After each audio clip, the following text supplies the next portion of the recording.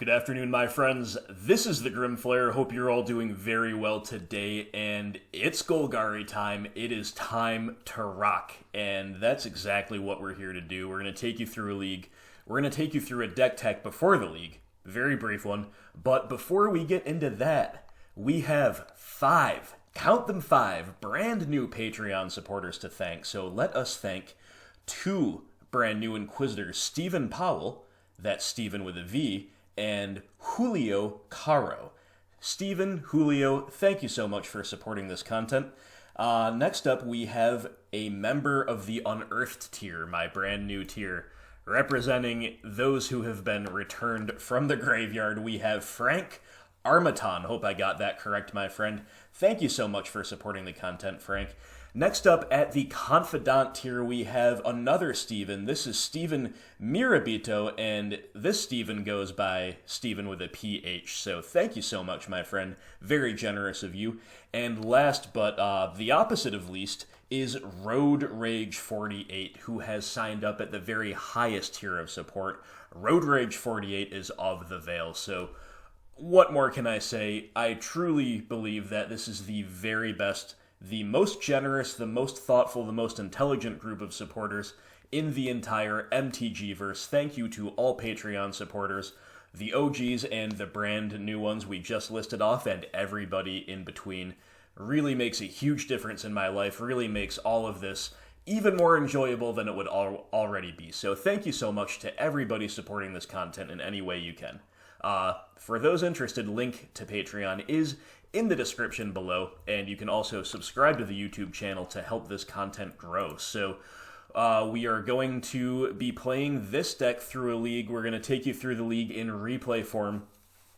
I played this shortly after I made my video, my most recent preceding video on the channel, with my thoughts on the Bridge from Below ban and the ramifications thereof on our beloved Golgari Midrange archetype. So, as I mentioned, we still definitely can't really skimp too heavily on Grave Hate, so I haven't changed all that much. Actually, from the previous league you saw, there's exactly one change. I have cut one Nihil Spellbomb because we're paring down a little bit on Grave Hate, but we're still respecting the prospect of graveyard decks with some cards that do double duty in other matchups, like Nihil Spellbomb and Surgical. But I did cut away one Spellbomb, and this is a card that's been on my radar for a while. Vraska Golgari Queen. She has replaced a Nihil Spellbomb.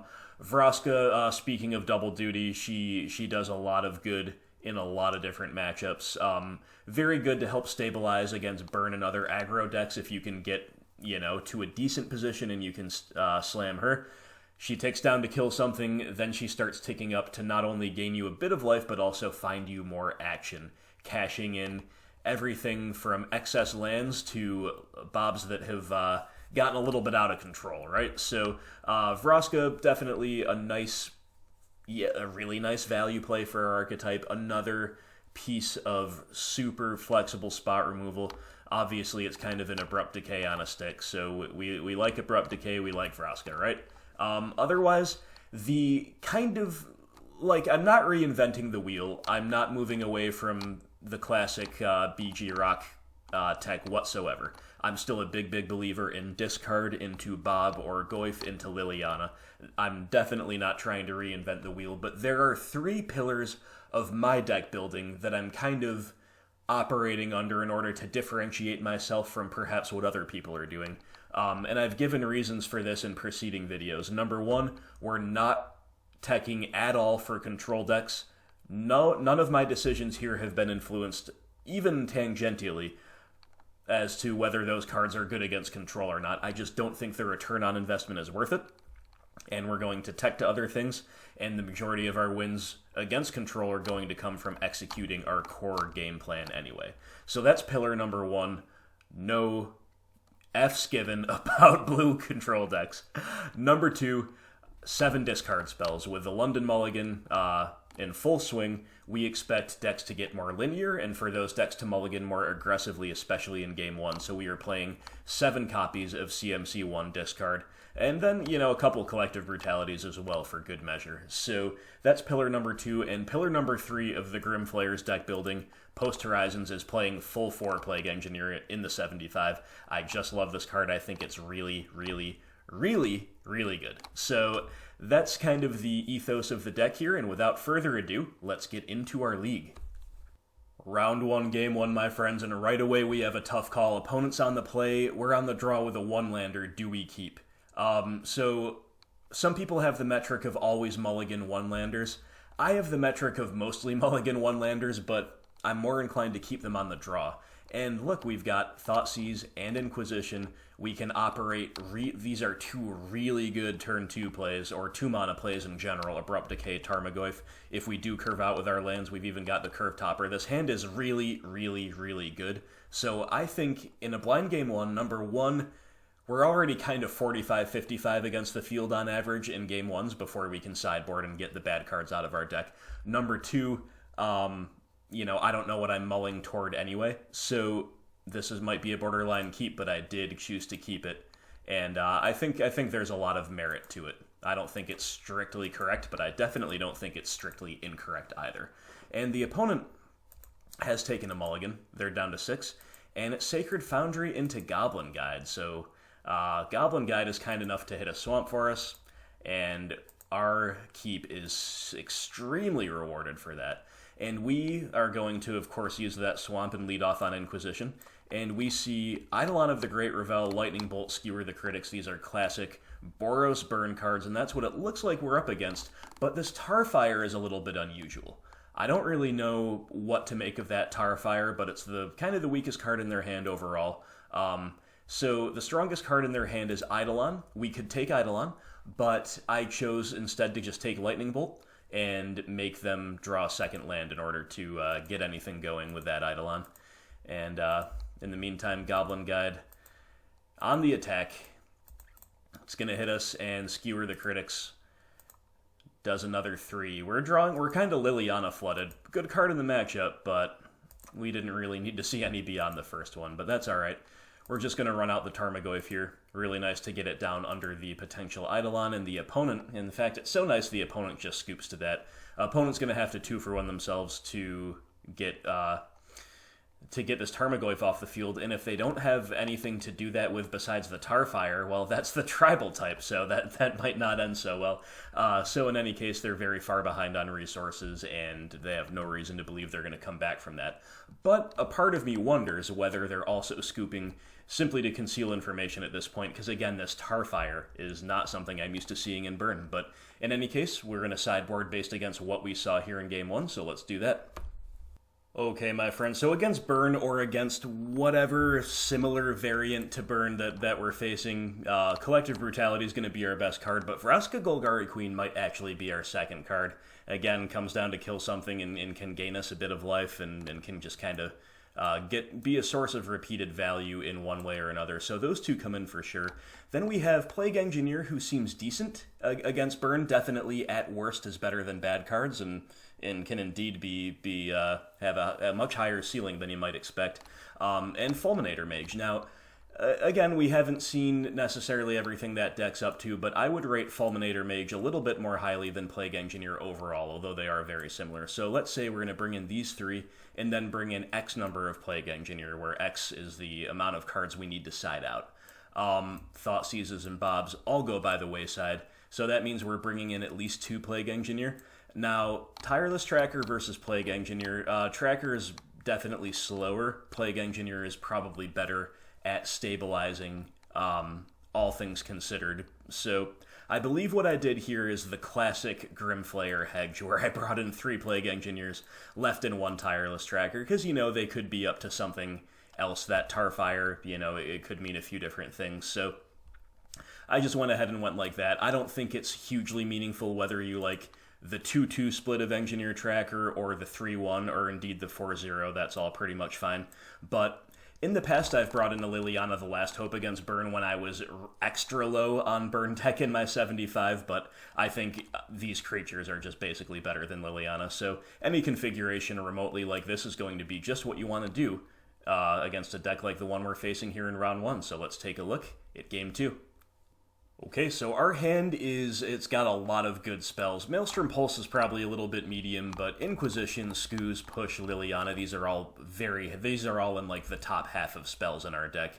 Even post side, these are all very good. So despite the fact that our lands are quite awkward here, I do think this is a definite keep, especially again on the draw. We're more likely to draw out of our awkward land situation, and the opponent will keep a full 7 this time. Right away, they show us something we didn't know about, which is green. And then there's another something we didn't know about, which is a Curd Ape.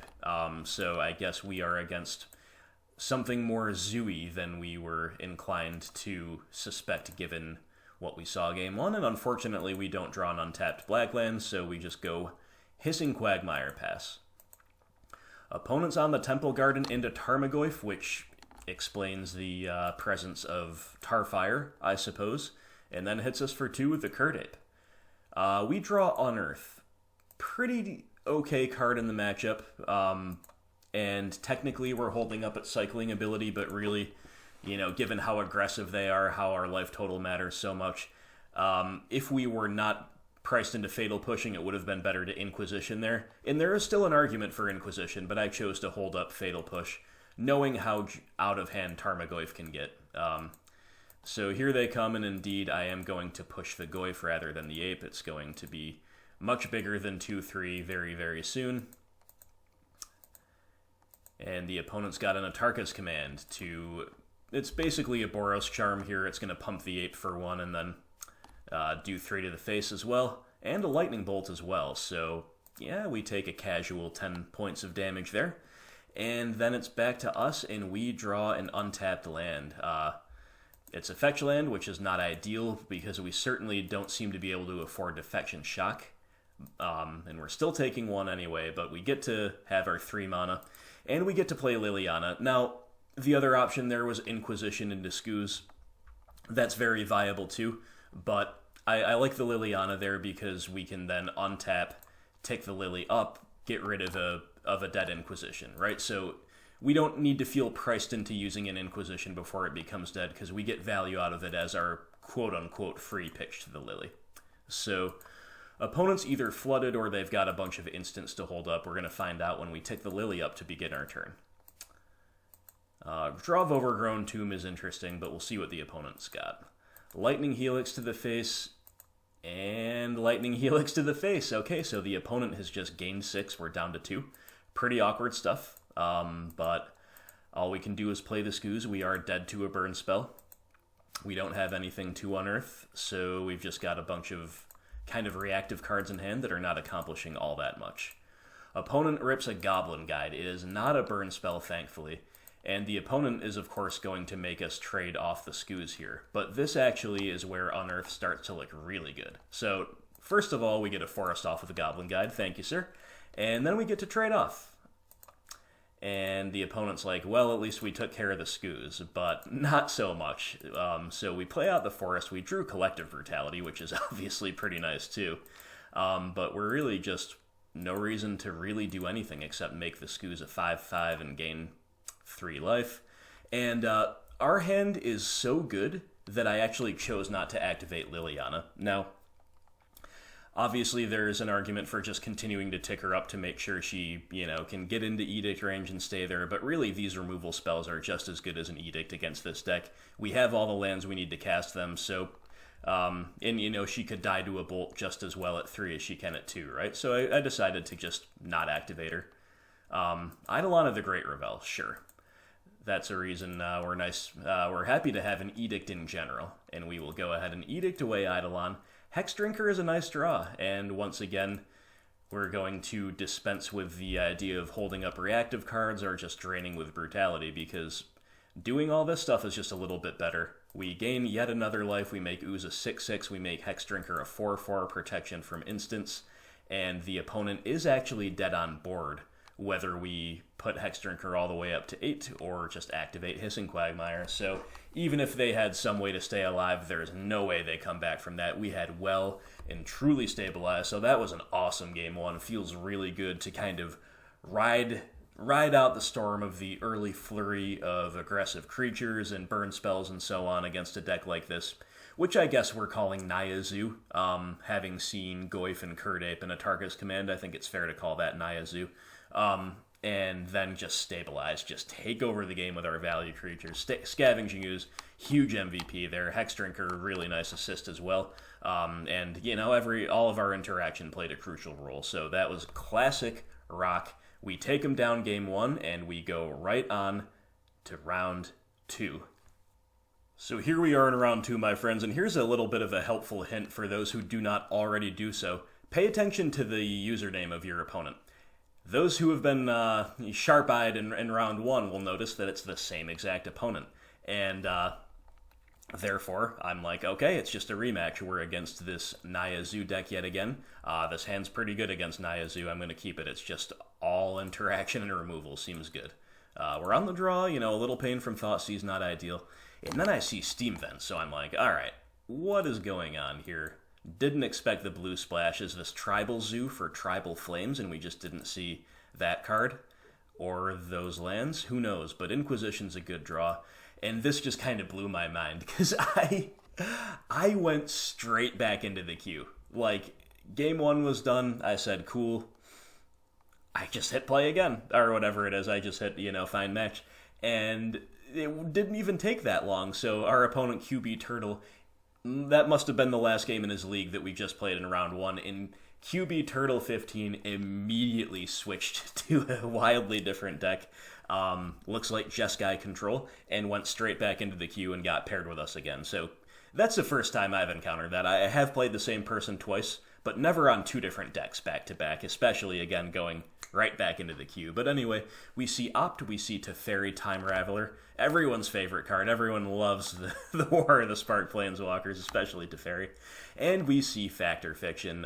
So Factor Fiction is arguably the biggest problem card for us, but we can't take that yet with Inquisition. So we take Teferi and leave the Opt. Opponent plays Island and passes. We draw another Inquisition. So I just went ahead and let on the Thoughtseize, and this was actually a bit of a mistake because the opponent did top deck a Logic Knot. So don't get me wrong, extremely unfortunate that the opponent did happen to top deck Logic Knot for the one unknown in hand, and it happened to exactly punish us there. But I suppose I should have just played out the swamp and played around that. There is no real reason not to, especially if I was going to lead on Thoughtseize rather than Inquisition. So we do get that Opt out of their hand. That's kind of our consolation prize. But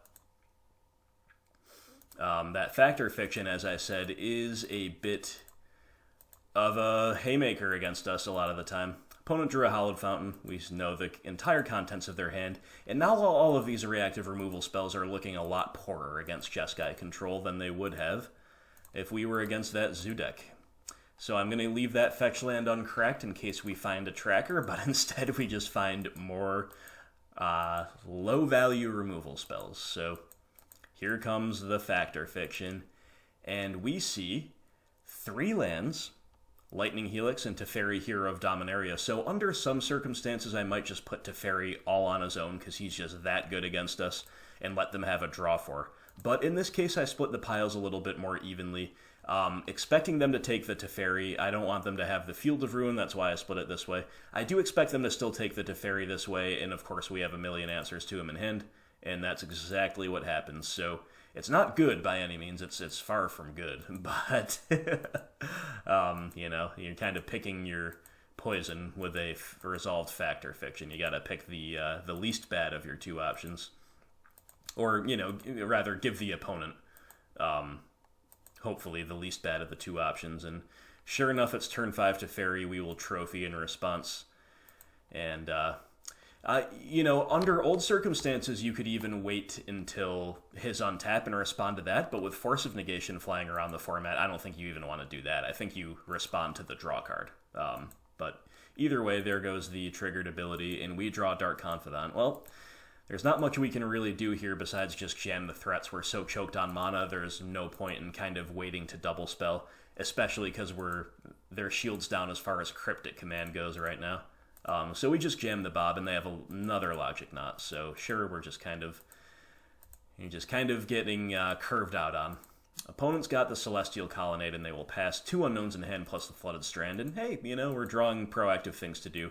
And this one resolves, so no Cryptic, no other counter magic, no Snap Logic Knot. Tarmogoyf hits the field. Opponent is tapping out for a Celestial Colonnade, so that's definitely a lot less scary than a lot of the things we could see, especially because we've got these Fatal Pushes in hand. We'll try one of them, and it resolves. Beautiful. Okay, opponent with a tapped Hallowed Fountain signifies to me that they're probably pretty flooded out. We draw Nurturing Peatland, that's fine. We're going to crack it, see if we can find another threat. We don't find a threat, we find an Inquisition, so if they've been sitting on like a Lightning Helix or something, this would be a good opportunity to get it out of their hand, but this is just a little too likely to whiff for me, so I chose to sandbag it and just smash in for 5 with the Goyf. Scalding Tarn, so we still know about that Flooded Strand, and we draw a Dark Confidant. Alright, Bob is sufficient enough to make me want to lead on Inquisition here. They will bolt us in response, and it's just a couple of fetch lands, so we've got a lot of pretty suboptimal cards that we've had in hand for a lot of this game, but the opponent has flooded, and we're on 3 lands, they're on 8. 10 if you count in their hands, so a little bit of a case of 2 polar opposite progressions here. And now Bob's showing us the goods. We flip a couple lands off of Bob and our draw step respectively, and then it's time to get in. We're not playing around Settle the Wreckage at all, especially game 1, and they just go to 3, so that's cool. We'll play our Field of Ruin and we'll pass.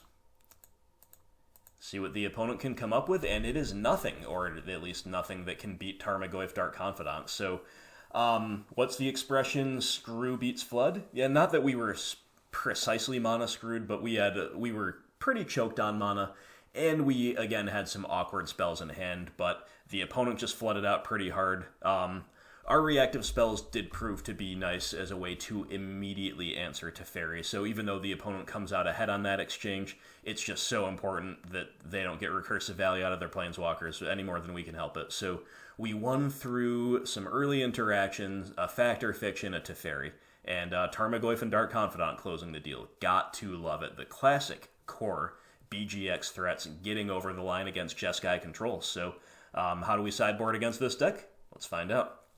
Okay, so against Jeskai Control, we don't really want any part of any of these cards, but we do really like Liliana the Last Hope. Good. Definitely better here than she is against Blue-White, in my opinion, just because they're more likely to actually burn things and put them in your graveyard. You can buy them back, that's awesome. Collective Brutality, really nice. Fulminator Mage, really, really nice. And then we have Vraska Golgari Queen, who is fine to side in any fair matchup, any value-based matchup, but the Jeskai decks don't seem anywhere near as reliant on average on the CMC3 permanents like Vendilion Click, Detention Sphere, and the 3-mana walkers as straight-up Blue-White is. Now, we did see Teferi Time Raveler, so there are going to be some targets for her, even if she's just killing Snapcaster or something, but I don't think she's something that we definitely want, whereas against straight-up Blue-White, the stock Blue-White lists, I would say she definitely comes in. And then there's a question of how many Nihil Spellbombs do we play, bringing in both is fine, but it just kind of depends on slots. So these 5 for sure. And in terms of what comes out, we can side out a land. It should be Blooming Marsh here because we want to leave in our basics for Path to Exile. We want to leave in our utility lands. Fatal Pushes can all come out. And those are the most free cards to side out. So that would be like a conservative sideboarding, but I think Scavenging Ooze is bad enough against the burn spells and clunky enough that replacing one with a Spellbomb is pretty free. Spellbomb just does a much better job of making Snapcaster worse than Ooze does. And again, for the same reason we're not sure about Vraska, we're also not sure about Abrupt Decay here against Jeskai. In fact, I would say that Vraska is better than Decay if you're only going to play one or the other. So this would be the 59 that I'm pretty sold on. I think everything else in the deck is great. and then you play either one of your preference of Spellbomb or Decay, or maybe you side based on what you've seen. And I think based on what we've seen, we're just going to go without the Decay effects and play 2 Nihil Spellbombs, so our 60 would look just like this. Game 2, our opponent is keeping 7, as will we. This hand is, it's got Inquisition into Liliana. It's fine. It's a little land heavy, but definitely important to make your land drops here, and we know we're going to. So Fulminator Mage is an interesting draw, and definitely a good one. It's also interesting to decide whether we should be playing Inquisition here on turn 1, or whether we should be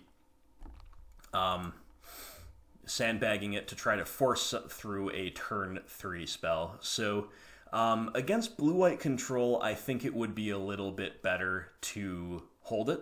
But against Jeskai, I like casting it, and here's why. Number 1, I don't know if Jeskai deck still plays Search for Azcanta, but that card is a big problem against us. And I know blue-white doesn't really play it anymore. Jeskai seems more likely to still play it, so taking away a potential search is nice.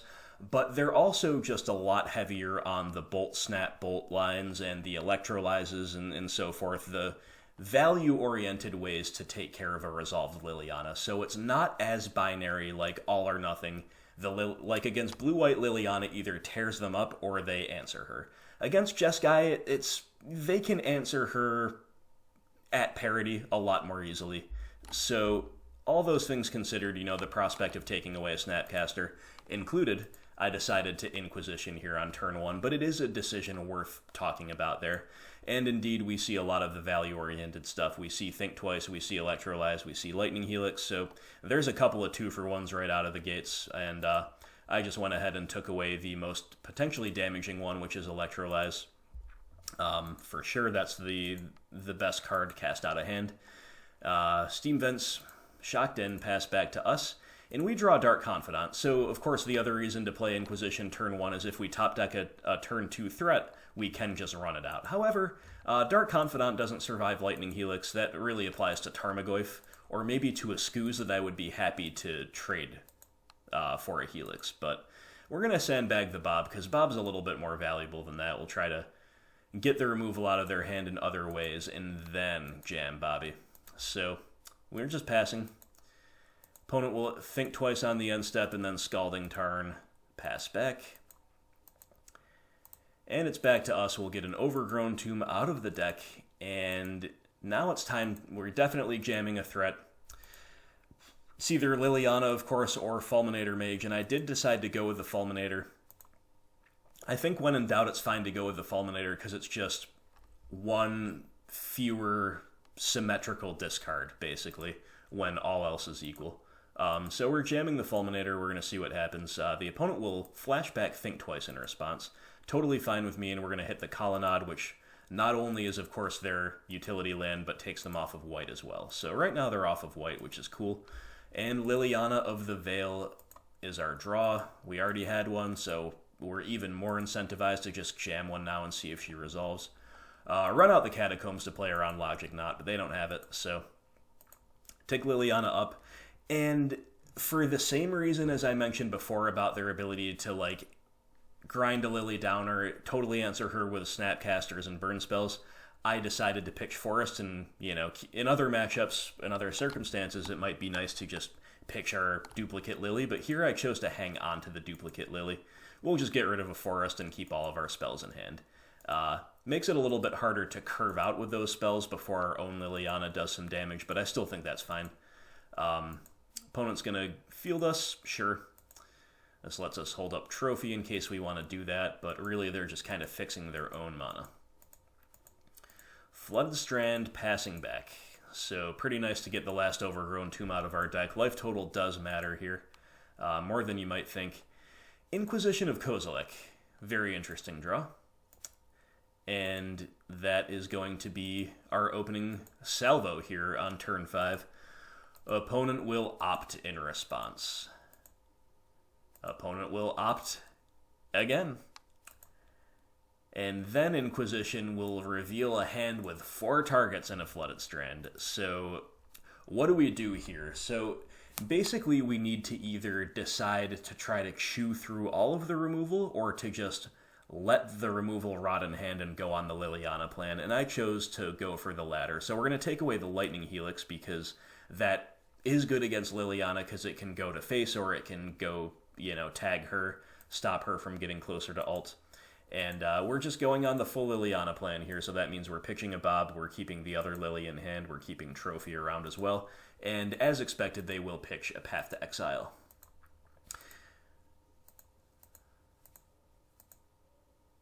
End step opponent will fetch and shock to opt yet again. And then they're going to untap, play out that Flooded Strand, and pass to us. We draw Scavenging Ooze. Alright, so Scooze is a good enough draw that now we're pretty happy to pitch the duplicate Liliana. We're still very firmly on the Liliana plan, even though we're doing this. And the other Path to Exile, once again, as expected, goes by the wayside. So now we get to try to jam a Scooze, and, we're really making the opponent have something good here. A good counter magic, or this, Snapcaster Mage getting cleanly in under the Scooze targeting Path. So that's pretty unfortunate, and we are faced with yet another interesting decision. So we could jam the Trophy right now before they untap, take care of the Snapcaster Mage, and then Liliana gets to ultimate next turn. The problem is they're of course going to Path our Scooze this turn, and that leaves us just in total top deck mode, and we're only Stone Raining twice if we do that. So in the end, I opted against that, and I said we're just going to move to the end step. The opponent, of course, will Path. And now would be, in response to the Path, would actually be the best time to Trophy. But again, we're not doing that. We're just going to eat away at a couple of the more impactful, universally good cards out of their graveyard. And so now they have no more hard removal in the graveyard, no more Electrolyze. And they have a Snapcaster plus 2 unknowns. The pressure of Liliana begins. And it's back to us. Alright, Hissing Quagmire is our draw, so I actually like Edicting here. We're not going to realistically ult the Liliana anymore. We don't want to lose either card in our hand by ticking up, so I'm pretty happy to just take the value. We're pivoting to the value play here with Liliana. And this lets us keep being, hanging on to this Trophy, being really patient with it. Of course, we saw how important it was to answer the Teferi in Game 1 with that Trophy, and we're, worried about another Teferi showing up as well. So Nurturing Peatland, interesting draw. One option would be to just play the Peatland, trophy a land, and say we're giving up the Ghost, we're just going to, head an asymmetrical discard. But here, I like cracking the Peatland, looking for more action. Nihil Spellbomb definitely qualifies as more action. That resolves. Now we're going to tick up, and I like ticking up here instead of cracking the Spellbomb yet again, because we're a little bit lower on mana now, and ticking up means that we can respond, like, if they have a response here, we can respond with a Trophy to whatever it is, even if it's just tagging a land. If they don't have a response, well, then it was symmetrical 1-for-1 discard, and we can take it from there. So they've got Bolt in response. Yeah, that's pretty good. So the opponent's going to be totally empty-handed, and now here I decide that it's worth cracking the Spellbomb to see an additional card, because once again, I want to hang on to this Trophy if I can help it. And we draw Thoughtseize, so that's the perfect thing to pitch to Liliana. And so that was an interesting little sequence on both sides, and, the opponent's in top deck mode, so are we almost, but we have a Trophy in hand and a Quagmire on field, so our position's pretty good. We just have to hope the opponent doesn't radically out-top deck us from here. And the opponent's top deck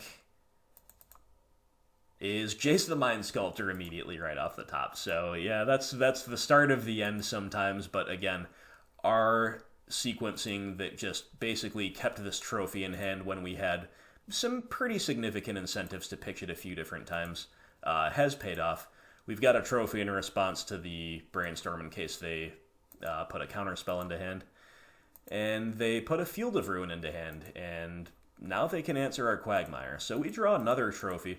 I actually chose to call their bluff here, fire up the Quagmire. Maybe they won't want to field it this turn, because that means shuffling away the 2 cards on top. And hey, that's exactly what happened. So looks like the opponent kind of hid a good card on top, if I had to guess, to play around discard effects. So we get a free hit in with the Quagmire, and that's why I did that. And they're just passing back to us. So maybe it's counter magic, who knows, but we draw the Hexdrinker, we're just going to try to jam it, the upside is so high. And we're just going to put some levels on it, too. Level 1, Level 2, Level 3.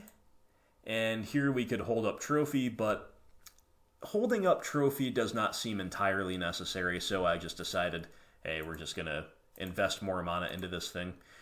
Who knows, next turn maybe that unlocks a better play for us, depending on our top deck. And right now we've got Protection from Instants, and we're pretty close to the ultimate, so they will go ahead and field.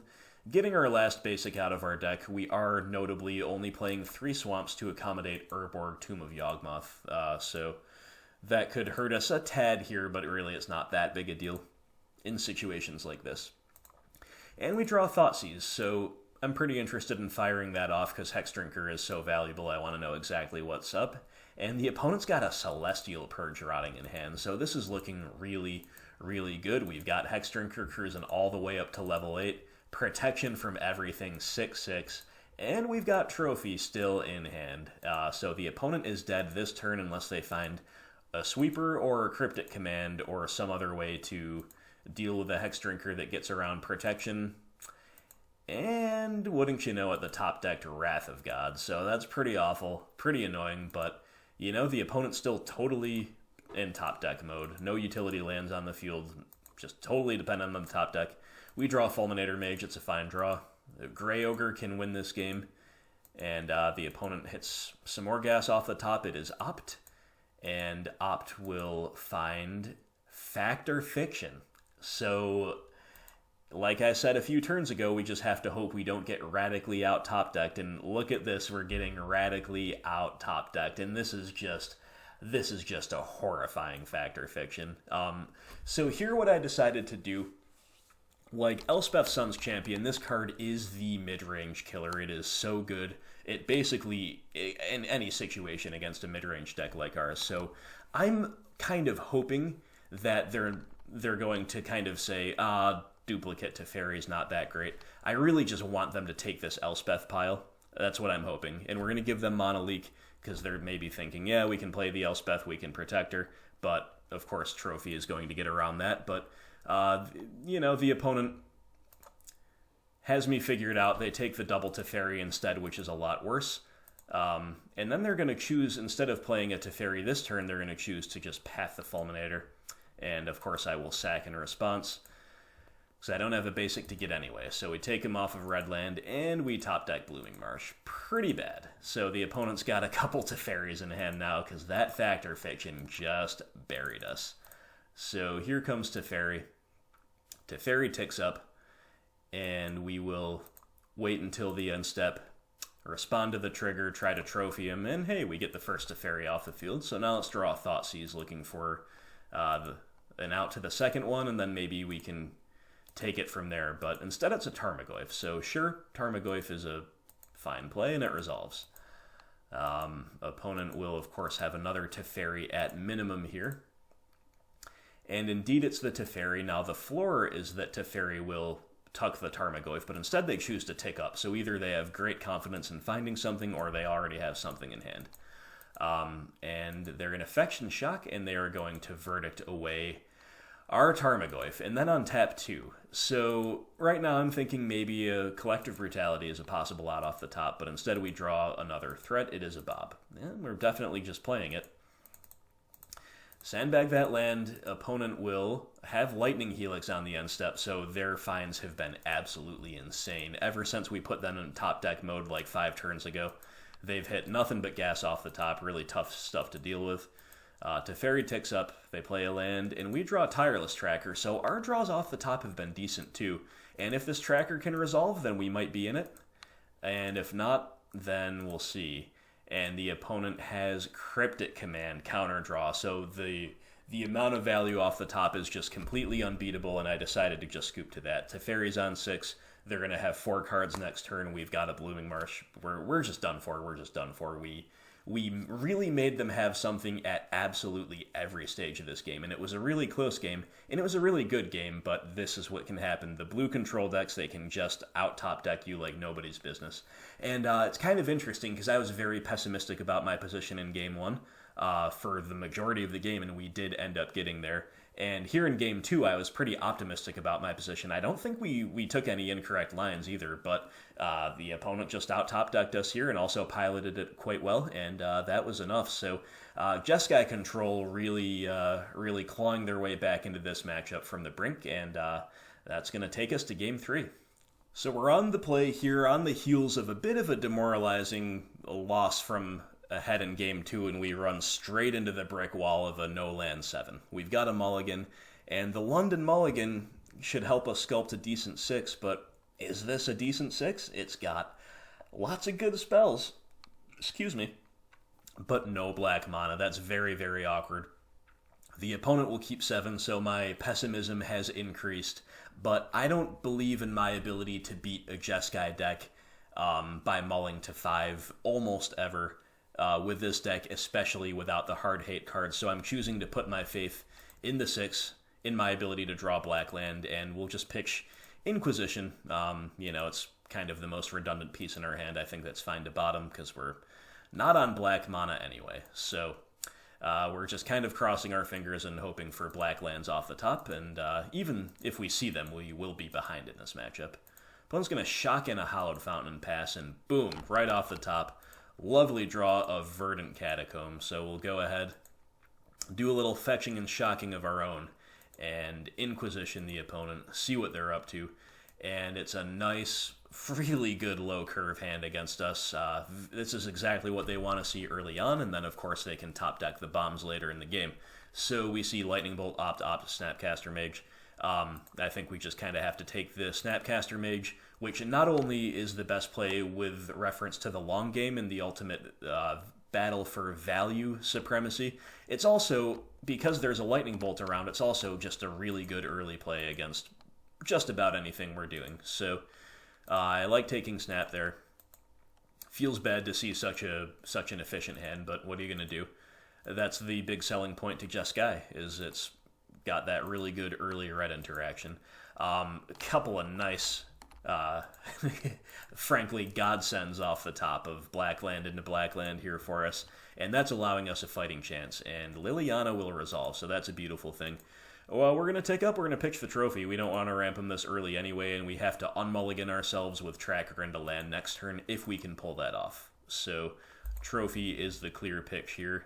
We get a Field of Ruin out of their hand, so we know they're full hand, and here comes the Opt on our turn. And then it's back to the OP, who's going to get red mana online and then pass back to us.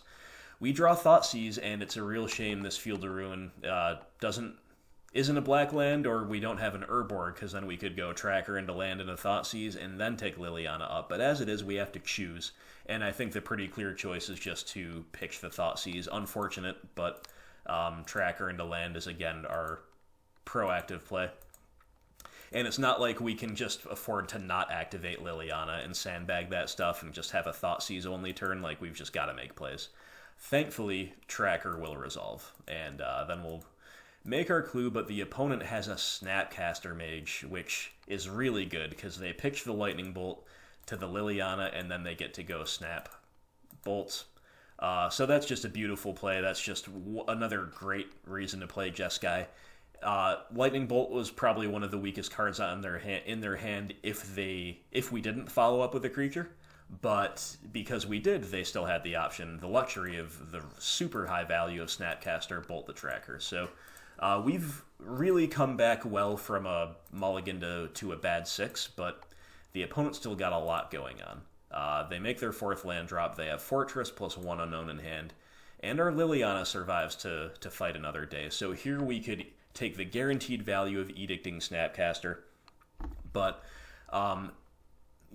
remember how important it is for them to hit land number 5. So I think taking Liliana up here and getting literally anything out of their hand is pretty good, and we know we're going to get something out of their hand. So instead I chose to go Bob and then tick up with the Liliana, and there goes Glacial Fortress. Like I said, even that's fine with me.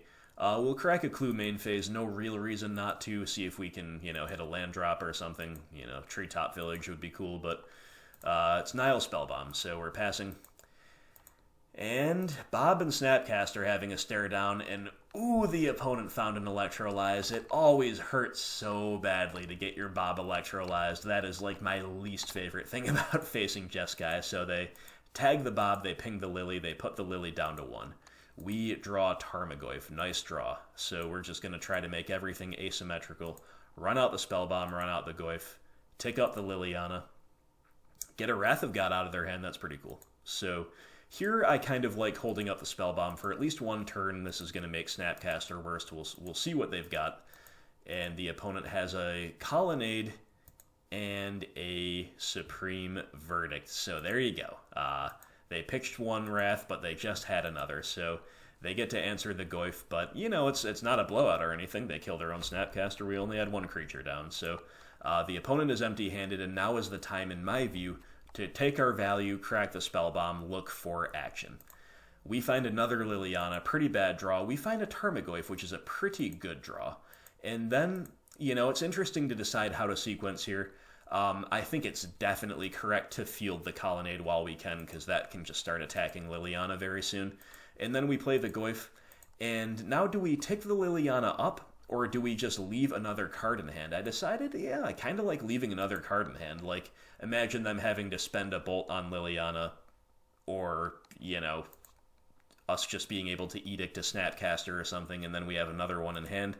Or this is just a free pitch for a future Liliana tick-up, so it seems fine to me to just leave her at 2. Kind of like we did in round 1. And now here comes the Tarmogoyf, smashing in for 5. Gotta love it. And now we're going to tick up, and it's pretty fine pitch of Blooming Marsh. Once more, we're keeping the backup Liliana around, and we get a Mono Leak out of their hand, so pretty cool. Back to the opponent. And once again, they're just going to pass. So this time we're going to take Liliana up first and see exactly what they're up to. They do have a Path to Exile, so that was a really nice draw for the opponent. Definitely needed to find something like that, and now it makes the discard a lot worse. So we're going to, of course, lean on our threat here. We'll pitch our other Liliana, we'll play the Fulminator out, and we'll pass back to the opponent. And the opponent just found a land, so that's a nice thing for us. Unfortunately, we just found a basic land as well. Pretty terrible draw, but hey, we've got the Grey Ogre. The Grey Ogre beats, got you on a 5-turn clock. So, opponent will find yet another fetch land. All right, Hope Springs Eternal, and boom, Hexdrinker right off the top. Got to love it. This was a nice draw. It really almost just turned the corner out of nowhere in Game 1. Really almost did. Or in Game 2, excuse me. They found the sweeper right off the top to save themselves, but now we're going to make them do that again. So we get to put the Hexdrinker all the way up to 5. We get to put the Lily at alt threshold, and we've got the Grey Ogre showing them the business. So opponents in top deck mode, but we've seen them get their goods right off the top when they absolutely needed to before. So what's it going to be, opponent? What's off the top this time? And it's a Teferi right off the top. So that is absolutely terrifying. And so here's the thing. The opponent's guaranteed way to survive is to tuck the Hexdrinker. And that's the safe play. They tuck the Hexdrinker away because it has protection from instants, not from everything yet. And then they live to fight another turn. But the problem is we can then either just alt the Lily first and force them to make an awkward choice and then hit them for 2 with the Fulminator, or we can kill Teferi with the Fulminator and then alt with Lily, and then even Fulminate them again to really take them off of lands, or we could just keep beating with the Grey Ogre. So the opponent decides to roll the dice on a Teferi +1 to see a new card. And then they're going to fetch, going down to 6 and then passing. So here, another really interesting decision point. It occurs to me that if they have Cryptic Command or Factor Fiction or any other instant speed 4-mana spell, now is actually not a bad time to hit them with the Fulminator Mage. Now would be the exact time to do it if we're playing around that. But I'm like, okay, I know that those 2 cards have to compete with slots to some degree. Cryptic Command and Factor Fiction. We haven't even really, we've seen like 1 Cryptic this whole league, so I have no reason to believe they're on really high amounts of those, so I'm just going to make them have it. If we're not worried about exactly those cards, it's definitely correct to keep the Fulminator around anyway. So I said, no Stone Rain you can untap, and sure enough, that's exactly what they found. So it's an upkeep Cryptic command, bouncing Liliana, tapping our team down, which is very, very, very good. And we just draw another basic land, which is very, very bad. So we get the Liliana back down, we pump the Hexdrinker all the way up to 9, above and beyond the threshold. And now the opponent's going to see at least 2 cards here. So they're going to draw, and then they're going to draw again with Teferi. And what have they found? We're really praying it's not a sweeper. It is a Jace. So they're going to see a total of 5 cards. So here comes the Jace Brainstorm, but that is followed by a Scoop. So I think statistically it was correct to just allow them to untap. It's very low odds that they find exactly Cryptic Command or Fact or Fiction off of a blind draw off the top. However, that was arguably their real path back to victory. So maybe we're not supposed to be as concerned with the value. Maybe we should have hit them with the Fulminator before they untapped 2 more lands with Teferi. Again, I think the odds of them hitting a card to punish us are pretty low, but maybe the upside for them is so high that we're supposed to do it anyway. Either way, I chose not to, and the opponent did have a few potential outs, but they needed, I think, to find a Wrath off of Teferi, or they needed an untapped land plus a Wrath off of, some combination of cards between the Teferi draw and the Jace Brainstorm. And, it was basically sweeper or bust against this Hexdrinker. So absolutely great stuff, my friends. That was a wonderful, wonderful match against Jeskai Control. Really, really interactive games, lots of cool decision points, and lots of great performances from all kinds of cards. Liliana put in a shift. Hexdrinker was great. Fulminator was great. You name it. BG Rock looking really, really good in these first 2 rounds, and we advance to 2-0, my friends. I will see you for round 3. On the draw for round 3, and we're not against QB Turtle 15 anymore, so no back-to-back-to-back grudge match against the same player.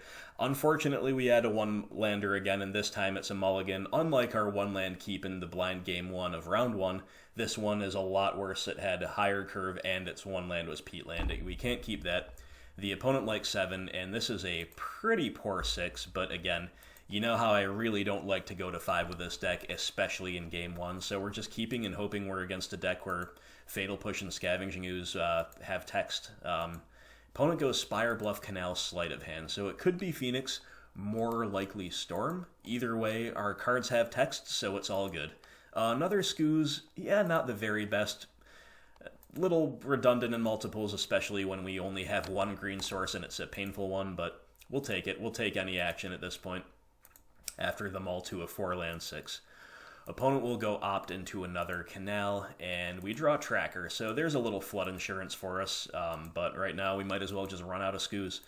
If we are against Storm, there is some risk of allowing them to untap when we're totally shields down going into turn 3, because they could go untapped land, Baral or Electromancer, and they can go off on turn 3 off of 1 open land with a Mana Bear. That can definitely happen, but we're far enough behind that I think we need to be proactive and make them have something like that. Well, there's step 1, they have the Electromancer, but they don't have the untapped land. They don't have a land at all, in fact, so that's a beautiful thing. So we clearly, partially because it's just almost always correct this early in the game, and partially because they're extra gated by mana, we're going to push the Electromancer.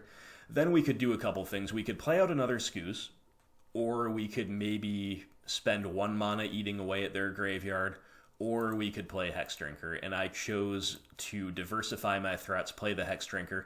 Again, Scooze is not looking that impressive right now, simply because, number 1, they're too gated by mana for Past in Flames to be a concern yet, and number 2, we don't have that much green mana to work with anyway, so I'm just going to put the Hexdrinker out there, plan to level it up next turn if I have nothing better to do. Opponent will begin with a Monomorphose, trying to find the 3rd land, I suppose. Desperate Ritual is the follow-up, and then it's a Grape Shot. So they didn't find the 3rd land, so I think this was probably their plan B all along, just a value Grape Shot to clear away the board. So Hexdrinker is 1 toughness, definitely looking a little bit poor there, but what are you going to do? So we draw Verdant Catacombs, so new plan is to just go on the Tireless Tracker plan, make 2 clues. You can't really pass that up in a situation like this, even though Scooze is good now that we have more mana and more green to work with. I still like playing the tracker there. Opponent has a Baral, but still no third land. So good news for us that they don't have the third land, but bad news that we don't have removal. So I like opening up with a Cracked Clue looking for removal. Well, we don't have removal, but it's interaction. So we'll play out a land, we'll cast the Thoughtseize. Alright, opponent's got a really nice, obviously, density of interaction and gas because they haven't been hitting the land, so by definition they do. So what do we take here? Well, it's worth spending a moment on this. Opponent's got Repeal. This is a spicy one of. You don't always even see it as a one of, but it's interaction. It keeps them going through their deck. So it's good value play, and it is an out to hate pieces as well. Remand, of course, a classic piece of interaction in the Storm deck. Usually also only like a 1 or 2 of, especially in main decks, but admittedly very nice with Baral. Peer Through Depths. Yet another spicy one of. Digs pretty deep for the right card. Gifts Ungiven, their big payoff card to help set up their combo. And Desperate Ritual, which we all know is the lifeblood of their mana and their storm count. So unfortunately, we cannot kill the Baral. So given that, what do we take? Well, I think that we just have to continue gating them on mana as best as we can and take away that Desperate Ritual. So from there, we'll go ahead and move to attacks. Opponent, of course, will decline to block, and then we're going to play another card. And it could be Bob or it could be Scooz, but we already have a really effective mana sink on board right now with the tracker. So I chose to play out the Bob there. Rather than the Scooz, we're just looking to basically see as many cards as possible and dig for removal for that Baral. If we can remove the Baral, we should be in really good shape. Opponent top deck to Serum Visions, which is a good draw, but still no land. So Bob is going to flip Assassin's Trophy. Well, that's not the removal we want because it ramps them. So let's dig.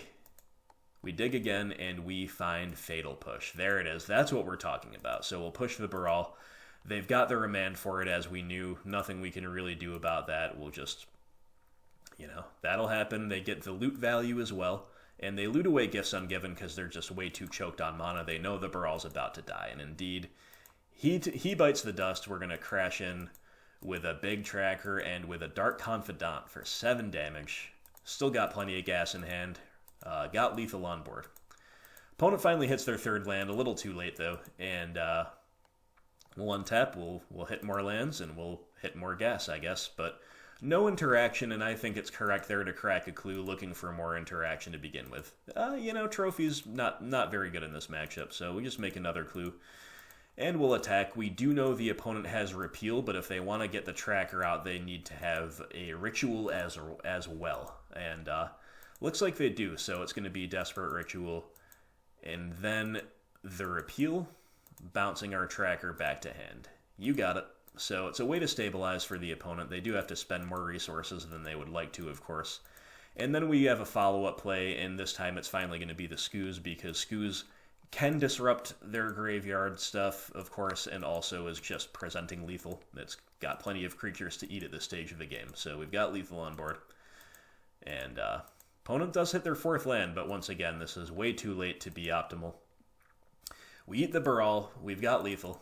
We untap, hitting more lands, living the value dream off of Bob.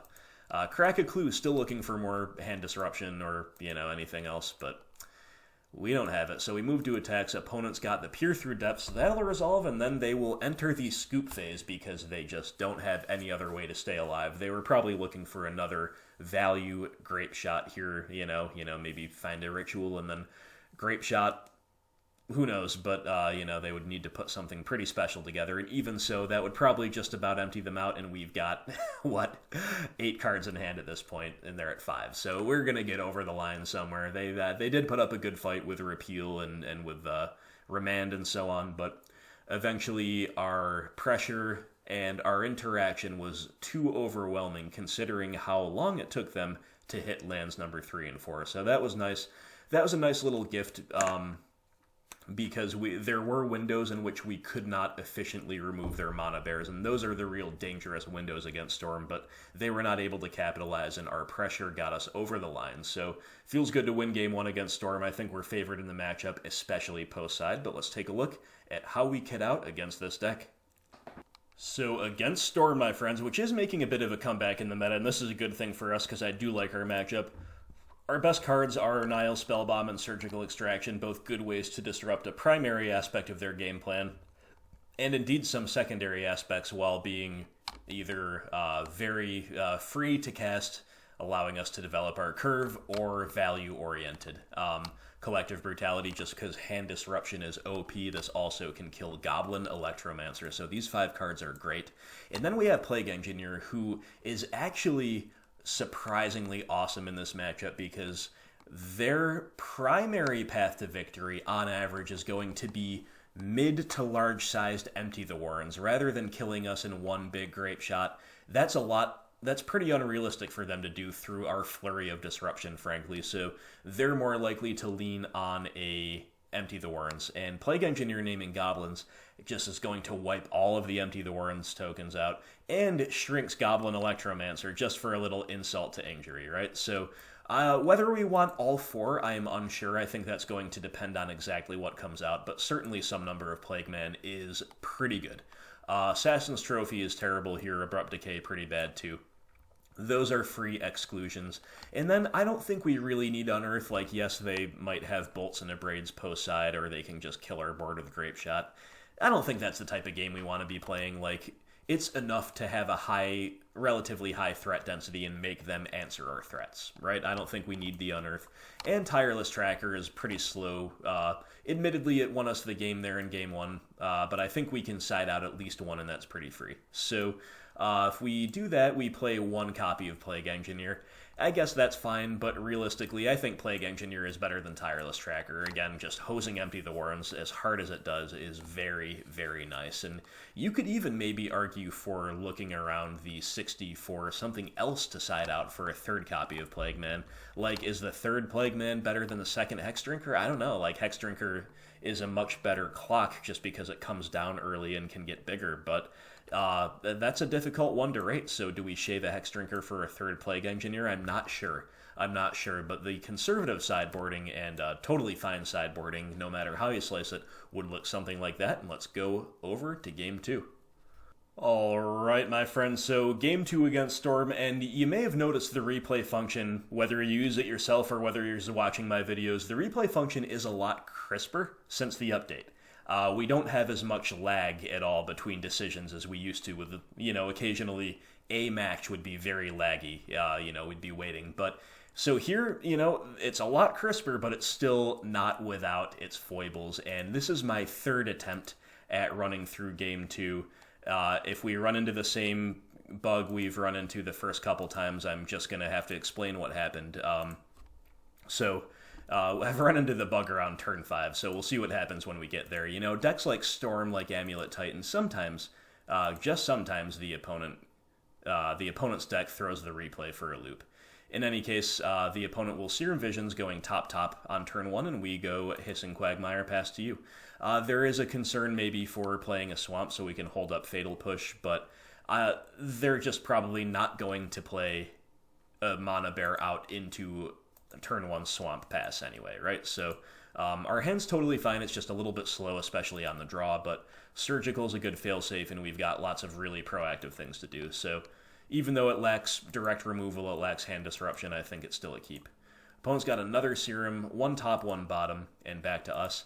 And we draw Tarmogoyf, and that becomes our better play here, in my opinion, simply because it will survive a Lightning Bolt after we fetch, and an Abrade, and a lot of other things. So Goyf pass to you. Of course, it's a better clock than Skooz anyway, once we get a little bit more invested in the graveyard. So opponent has indeed slow rolled their Mana Bear. They go Electromancer on turn 3, into land, into Ritual, into Empty the Warrens, and this is exactly what I was talking about in the deck tech. This is a normal path to victory.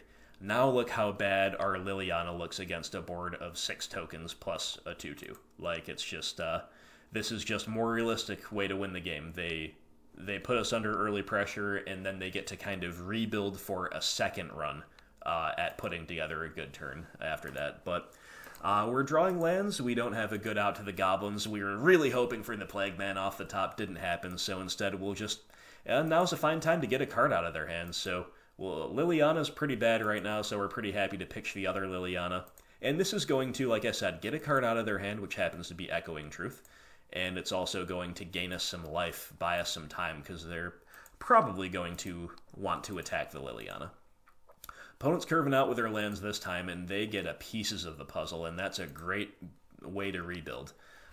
So Surgical Extraction, it's worth just kind of keeping an eye on what's going on. We haven't had a great thing to extract yet, but we do want to keep an eye on Empty the Warrens. Empty the Warrens is their best win condition against us. It's a great surgical target. We do have one in the graveyard. Pieces of the Puzzle, very good card against us, but this is just another reason Surgical is great, because it gives us a ton of information. So pieces will resolve, and the opponent will put the other pieces into the yard, plus Spire Bluff Canal, plus Ritual. So they got Monomorphose and Gifts Ungiven, plus they have one unknown in hand. And I might have been happy to extract the second pieces if they took it, but they didn't. So let's see if the bug comes around here. I don't remember if this is exactly where it was. Opponent will go Monomorphose. Sure. We let that resolve. No need to take any actions yet. No surgical. And does the opponent have anything? No, and I think this is correct. I think this is what actually happened. I don't think we've hit the bug yet, and hopefully we won't. So anyway, opponent moves to attacks, and they're sending 5 at Liliana to make sure she dies even if we block one of them. Therefore, we eat the lone goblin who dares to attack us. Tarmogoyf gets a snack. Liliana goes down, and it is back to us. We draw Tireless Tracker. So let's see if the replay client starts bugging out quite yet. Scavenging Ooze. It's a good way to continue disrupting them, and it also blocks the tokens just as well as Tireless Tracker would, so that's what we're doing. Opponent will go to their main phase, and oh yeah, here's the bug. Okay, this was my favorite play of the game. I'm a little bit sad I didn't get to show it because the replay just keeps bugging out, but basically I kind of had a read on the opponent for an Empty the Warrens, and I can't remember if it happened this turn or the next turn, but either way, we let 2 rituals resolve, and then in response to the second ritual, actually, we cast a Surgical Extraction targeting Empty the Warrens. And then you can see in the text box here, the opponent says good call. And I said, yeah, definitely lucky as well. Because, again, I don't remember exactly what happened, but basically we caught them with 2 Empty the Warrens in hand. And so they just spent a couple of rituals to achieve not much. We got 2 Empty the Warrens in their hand, out of their, totally exiled from the deck. And from there it was, not a deterministic win because we still had to chew through the board. And the opponent still had, some other things to do. But we chew away at the graveyard with a Scavenging Ooze. We've got, they suicide the goblins into our board a couple times, then they have to kind of go on the defense. And as you can see, unfortunately, the client is just bugging here. It's just showing me it, tapping 2 mana and nothing happened. So, sorry guys, foibles of the replay system. Storm and Amulet Titan, those are the decks that seem to really cause it to spaz out. But in any case, that was a cool play. I was pretty happy with the play there.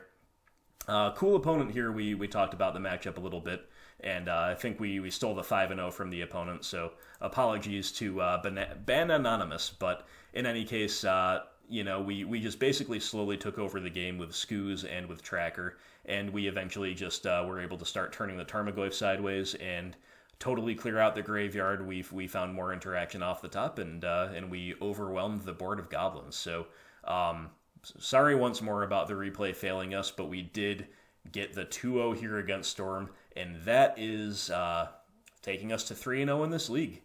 So, like I said, I think the Storm matchup is pretty good. You obviously really have to know how to navigate it. It's one of those that's very intimidating until you've played against it a few times, and once you get the hang of it, even if you don't necessarily know every line inside and out that they could possibly take, you start to know what to prioritize with discard, what threats to prioritize deploying in which situations, and I think the matchup is absolutely great for us these days. We have a lot of tools, and Plague Engineer wasn't necessary here, but you can see how backbreaking of an answer he is to the Empty the Warrens plan. So in any case, hope you're enjoying this league, my friends. We're 3-0. I'll see you for round 4. Finally winning a die roll here in round 4, and there's a lot to like about this hand. It's a certain keep. Opponent's on 7 as well, so we will begin with the Blooming Marsh into Thoughtseize.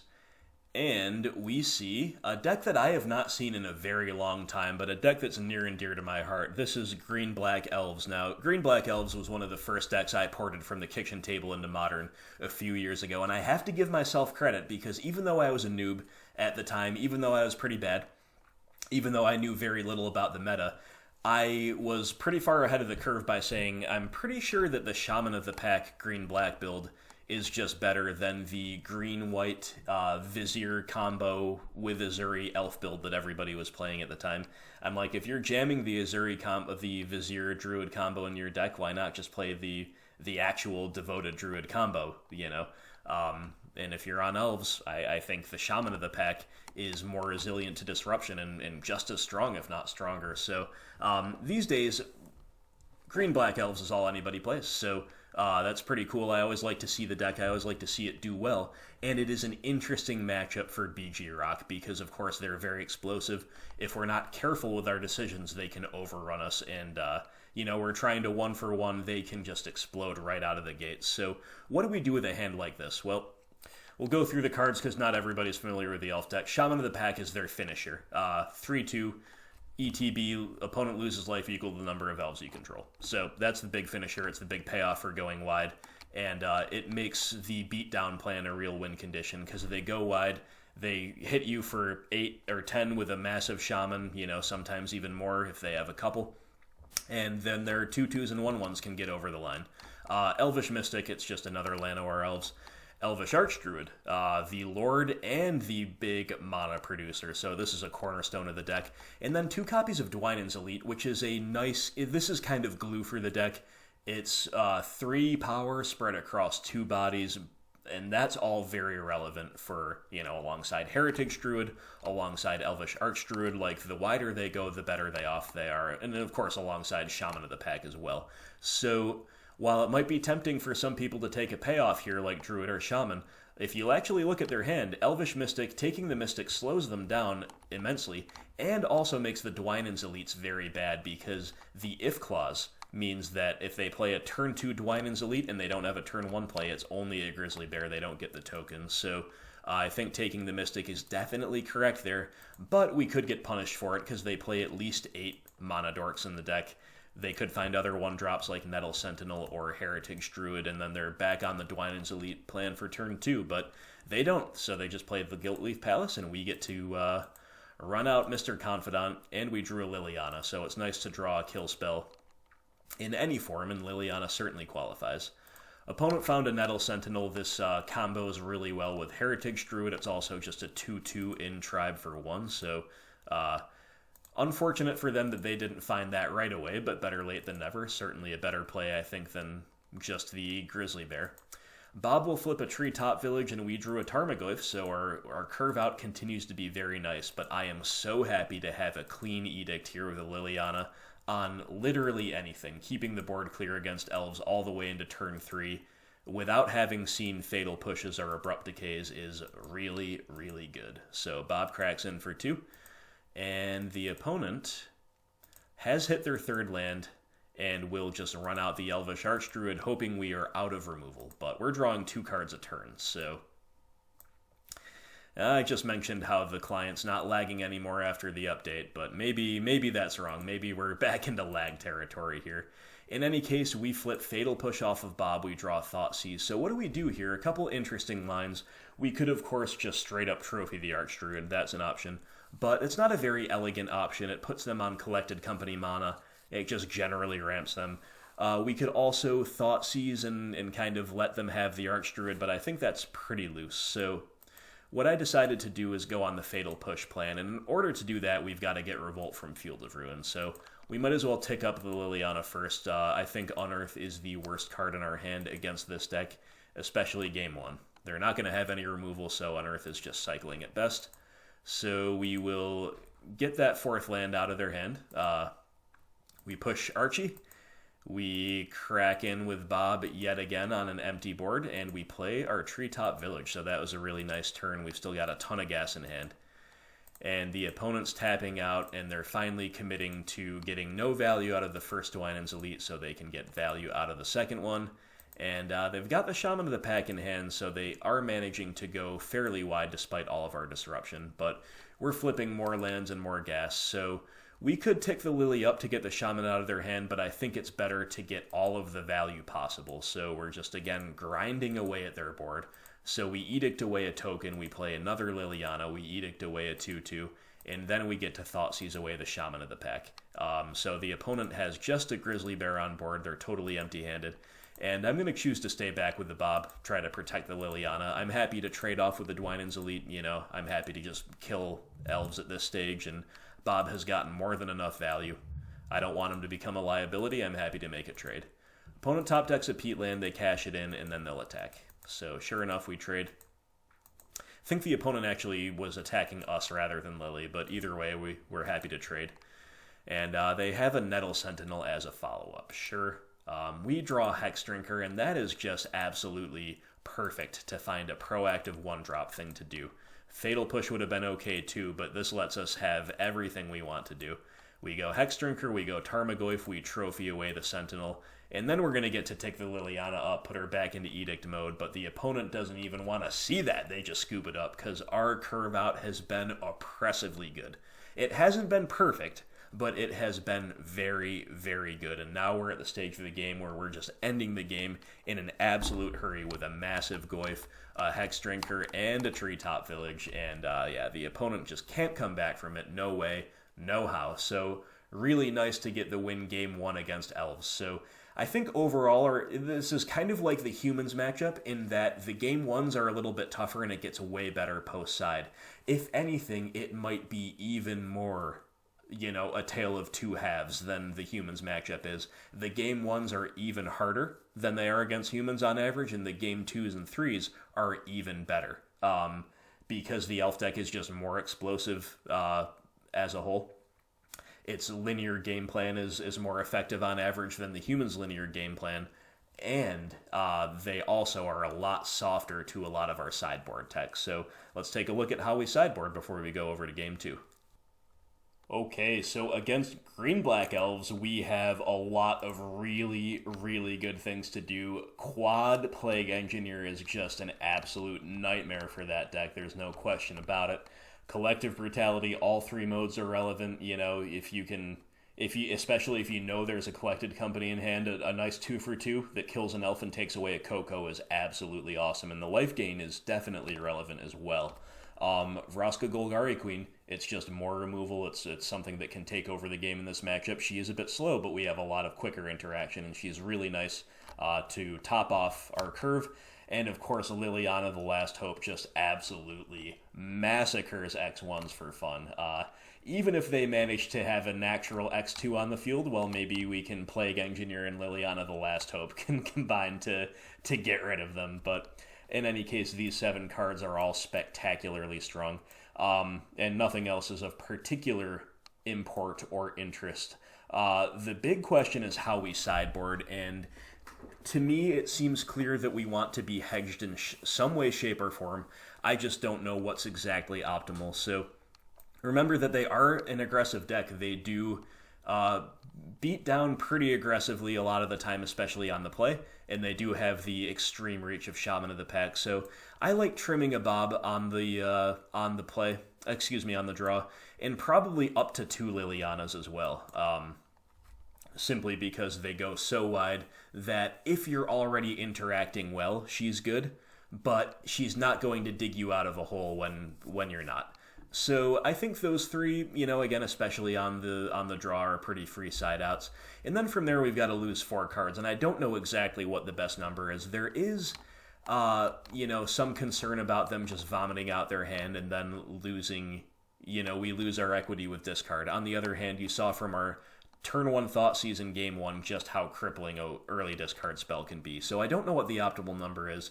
And then we're wondering about cards like this as well, like Tireless Tracker, just very, very slow. I think the, Hexdrinker, also, it's okay. It's definitely reasonable, but generally these mana sinks that don't gain us life are not the best, whereas I think Scooz is definitely the winner of the mana sink options here. And then again, Unearth, I don't expect them to have that much interaction. If they do, who cares? It's just going to be a Dismember or Decay or Trophy or something. It's, I think we can side out the Unearth. And then, okay, so let's say maybe we can trim away a Tracker because it's very slow. Then from there, do we shave another Tracker? Do we shave a Hexdrinker maybe and keep all of our interaction in? Or do we shave away on some number of discard spells because we want threats and answers? We don't want to, we're already playing with at least 5 discard. That's still kind of a lot, or at least 4 rather, plus 2 brutalities. So, and then if we're trimming discard, how do we balance between Thoughtseize's life loss versus ability to hit a Collected Company versus the Inquisition? So even though I actually have a lot of experience in the past playing Elves, I'm not 1000% sure what the best 2 cards from these 5 are to cut. But in any case, you should be cutting something like what we've seen here.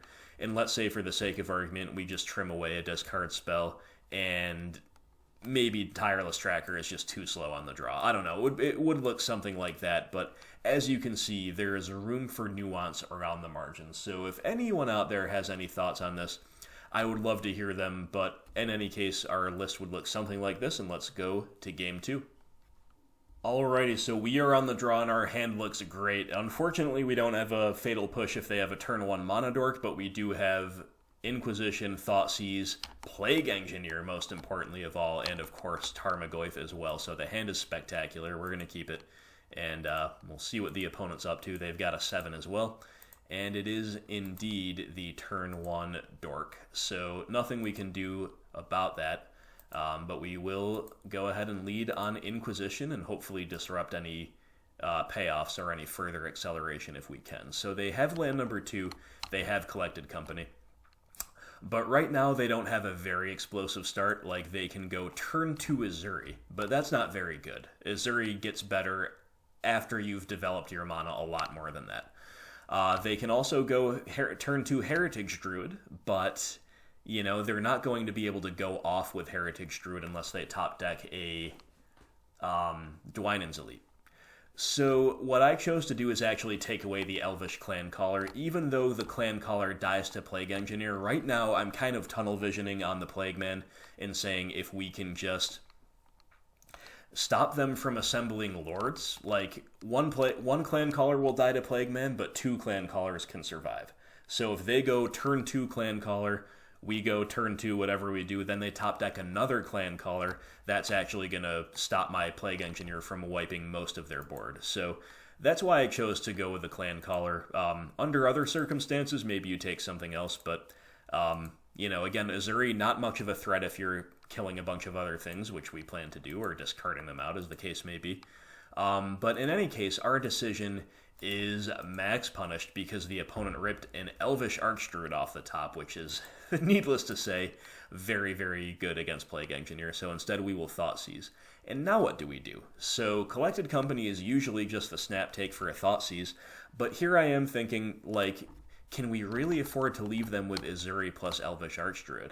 And I said no. So we take away the Ezuri. We hope they have a mediocre to terrible Collected Company, because we are leaving them with the Coco.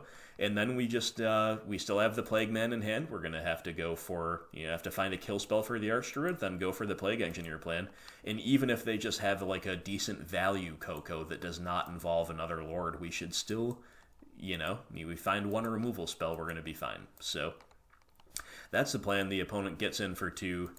And they're obviously just holding up Collected Company here. We draw another land, so not the greatest, and we could play the Skoos and start, gaining a little life, but I chose to just run out the Plague Engineer. They probably don't have removal. This is going to also, unless they find another Lord, this is going to make their attacks a lot worse next turn, and also means that if we just top deck removal, we are going to totally wipe the board. So I think Plague Engineer there is correct. The opponent will Coco, and unfortunately for us, they find another Elvish Archdruid, which is the best find. And so we'll see what they drew off the top here. And it's Ezuri Renegade later, so we're getting nut drawn a little bit considering our interaction. they've just got absolutely everything to, starting with that top-decked Archdruid, to really survive and thrive despite our very good interaction here. So we assigned the best block we can, but that's just still, swinging in, putting us down to 3, forcing us to find Damnation or Bust, but of course we don't even have Damnation in the 75 anymore, so we are just dead. So the opponent, for all intents and purposes, overwhelmingly turn forward us through Inquisition and Thoughtseize and Plague Engineer, and it all began with that top-decked Archdruid. It would have been very, very different if they had not done that. The Plague Engineer would at least have killed a couple of things and stalled the game out for us to hopefully find yet more removal, but it was not to be, and that's exactly what I mean about the explosive nature of Elves. They just hit the right cards early on, and before we can really stabilize, they have absolutely outpaced us, absolutely destroyed us with a really, really aggressive curve out. So, you expect that to happen more in Game 1 than in Game 2, and I don't think we did anything incorrect here, but we definitely could not keep pace with the Elves. So they're going to take us to Game 3. Hopefully it gets a little bit better for us on the play. So the pressure is halfway off, my friends, because we have already cashed the league, but we're going into Game 3, Round 4. We really want the win. We really want to be 4-0. So hoping for a great opening hand with a lot of early interaction. Instead, we have a 5-lander with Scooze and Trophy. Pretty awful. I think we have to throw that one back. We can do better. So what does this 7 look like going down to 6? I mean, it's got double Fatal Push. And it's got Trophy, which is not ideal early, but is still more removal, so it's a definite keep. We've just got no threat and no recursive source of value. I chose to bottom the Field of Ruin. It is potentially punishing to keep this Urborg, just because they could, in theory, have no black lands and we turn on their black mana, but, and it could make a potential Dismember better, but ultimately that's not much of a concern. I think I just have to keep double black. Rather than worry about that. So, Treetop Village pass. Opponent keeping 7 all 3 games. Turn 1 Heritage Druid, though. That's not something they actively want to do. They would much rather have a turn 1 Mana Dork. So, we just drew another land. Not very good. But we can afford to play a little more reactively with our cards here. See what they do. So, the opponent will play out an Elvish Visionary. So, nothing, again, too explosive, but just some good value, We're pretty happy to push the Heritage Druid. No need to do it in response specifically, but no real reason not to either. So we have slowed the opponent down a bit. They have also not had the most explosive start, and we finally draw a threat. Scavenging Ooze, it's a fine one. There are better ones, but there are definitely worse ones as well. We're still just always hoping for the Plague Engineer. Haven't seen him yet this game. Opponent will throw out a Prowess of the Fair. This is a blast from the past. Not a card you see very often, but it's a very spicy one. I think it's been supplanted to some degree by Shaper's Sanctuary. But it's not strictly worse or anything. For one thing, this replaces itself. Whenever another non-token elf is put into your graveyard from the battlefield, and this is an elf, like it counts as an elf, it's a tribal card, you make a token. So even if the opponent can deal with this enchantment, you still get value out of it, and then, of course, if they can't, you get value out of all their kill spells. So very nice against an interactive deck like ours. Now what do we do? Well, we're just going to take our terrible play that would otherwise feel terrible of pushing an Elvish Visionary, but I think we should take that window before Prowess of the Fair comes down. That's exactly what we do. So we draw Tarmogoyf. It's actually a pretty good draw. It does make things a little awkward, like we're not attacking with Treetop, we're not fully maximizing Ooze, but it's fine to just play another threat here, seems fine to me. We also go Shields down this turn, so all in all, it's just a little bit awkward, where our green mana is strained pretty significantly between Treetop and Scooze and Trophy, but, what can you do? We've at least got a board presence after mulling to a no-threat 6. So opponent's got Llanowar Elves on their turn 4 into Dismember for the Ooze, so that's a bit rough. We draw another threat, though, in the form of Dark Confidant, which is pretty good. Once again, things are a little awkward. Our Goyf is annoyingly small. We can't really attack with the Treetop because we'd rather play the Bob, and, if we are going to trophy something, we're going to ramp them. They're currently stuck on 2, and we're going to give them an elf token one way or another. So it's all a little bit awkward here. We're not having the oppressive, like, slick value maximized curve out that we saw game 1. But we're in the game. We're in the game. So the opponent goes Lanny Elves into Dwynen's Elite. So they're going wide. They've still got 4 cards in hand, and there's nothing great to trophy yet. So I'm just going to pass. We're going to take our turn, and we see Thoughtseize and Fatal Push. So those are a couple really nice finds for the turn. And there's no reason not to begin with Thoughtseize. We're going to get perfect info. And we see triple Shaman of the Pack and Azuri Renegade Leader. So we kind of know that we're priced into trophying something pretty soon here. That's going to put them on 5 mana all day, which is enough to activate Azuri. So between the fact that Azuri is the least redundant piece of the hand and the fact that they're about to hit 5 mana, I did think it's correct to take Azuri, but you could also argue for just taking away a Shaman there as well. So in any case, we'll take Azuri, we'll attack with Tarmogoyf and see what they do. And, you know, they are down to 11, so they do feel obligated to throw a Chump Blocker in the way. So before damage resolves, I'm just going to trophy away this Prowess of the Fair.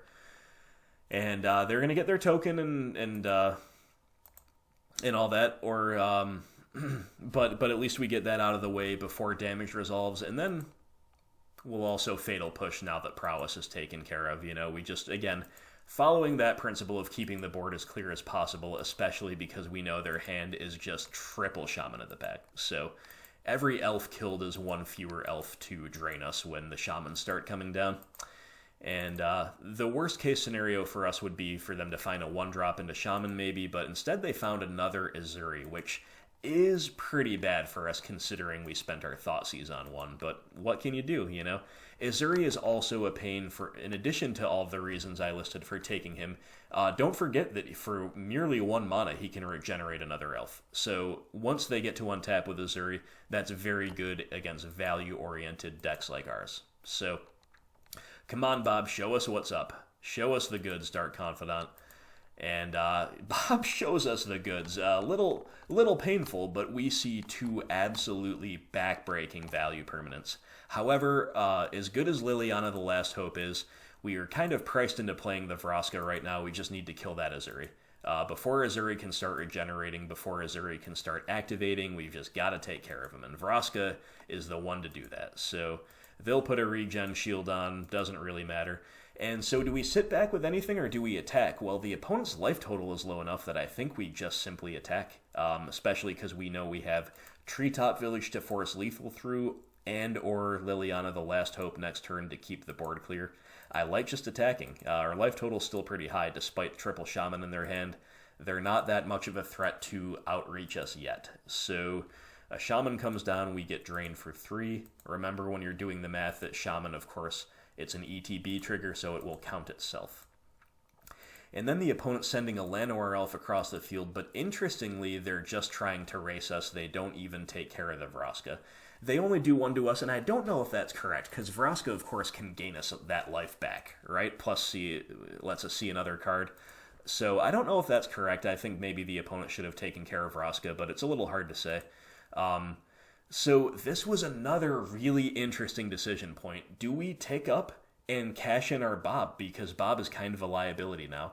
But remember that the elf deck at this stage is very dependent on just trading off and attacking and blocking and stuff, and Bob is still a relevant body in that regard. So I agonized over this decision a little bit, but eventually decided to cash in a land to draw a card and gain a life. So we see Maelstrom Pulse, fine card in the matchup, of course, but I think Liliana the Last Hope ticking up to kill a token is just better there. And now the opponent is forced into chump blocking, and putting them to 2 isn't really any different from putting them to 4, given the board state, you know, given our Treetop, given our Planeswalkers. So I am instead choosing now to sit back with Dark Confidant, so I'm not taking any damage from attacks next turn. I'll chump block even if I have to, even if they find like double Clan Caller or something, just as long as I'm keeping my life total as high as possible, right? So Bob is on defense duty, and the opponent will just play another Shaman. Appears to be the best they can do. They're going to drain us for 2. And then they're in full defense mode, but that's pretty bad against a Vraska Golgari Queen and a Liliana the Last Hope. So Bob will flip a Forest. Attaboy Dark Confidant, totally painless. He has been absolutely awesome here. We tick up with Last Hope, we kill the Lani Elves, we cash in Vraska to get the second kill. This time it's on a Shaman of the Pack, and they're just very dead on board. So we play out a land and we smash him for 9. And that is going to do it. Opponent will die with their third Shaman of the Pack plus 1 unknown in hand. Just could not handle the aggression. The aggression of Tarmogoyf, the aggression of Dark Confidant, plus the Bob finding us lands, finding us planeswalkers, finding us kill spells. Bob was a really nice way to recover from kind of a lull in the mid-game. And boy, oh boy, did we ever hit the gas pedal after mulling to a 6 without any threats, any recursive value. We just had the pushes in the trophy to stay alive and slow him down, and then our deck did the rest. So Vraska Golgari Queen taking care of Missouri was absolutely clutch.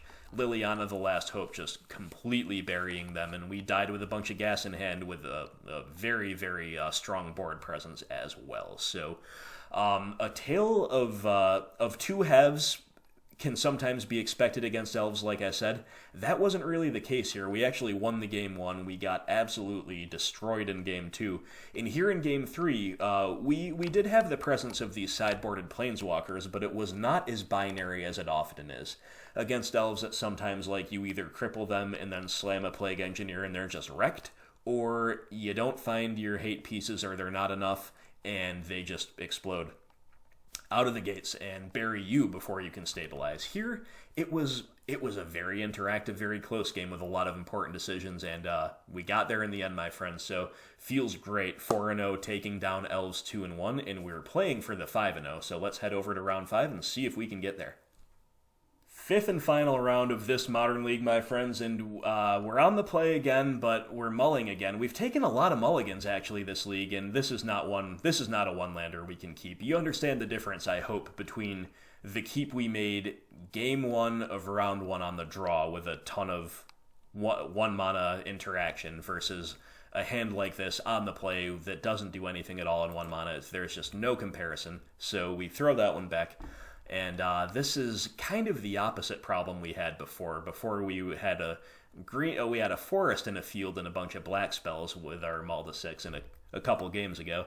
Now we've got a bunch of green spells, swamp field, but we do have Dark Confidant, so it's a keep, and again, we don't like to go to 5 in these game 1s.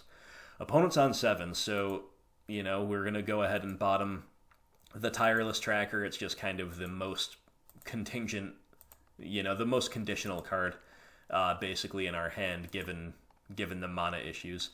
And the opponent goes Swamp Inquisition, so this is the nightmare. Not only did we have to mulligan to a very clunky hand, mulling in general against an interactive deck is bad, and we bottomed our tracker, which is good against interactive decks, and the opponent takes away our only playable card. So living the nightmare here, we go Field of Ruin and we draw another green card. Just the worst, and the opponent's going to shock in a Tomb and play a Tarmogoyf, so looks like we're in the mirror matchup. Thankfully, we draw a forest, but there is no need to play a removal spell quite yet, so it would either be we pass holding up our effects, or we play a Goyf of our own. Now, playing the Goyf of our own is very tempting in a lot of ways, but the big problem is it would be walking right into a Liliana of the Veil, so I chose not to.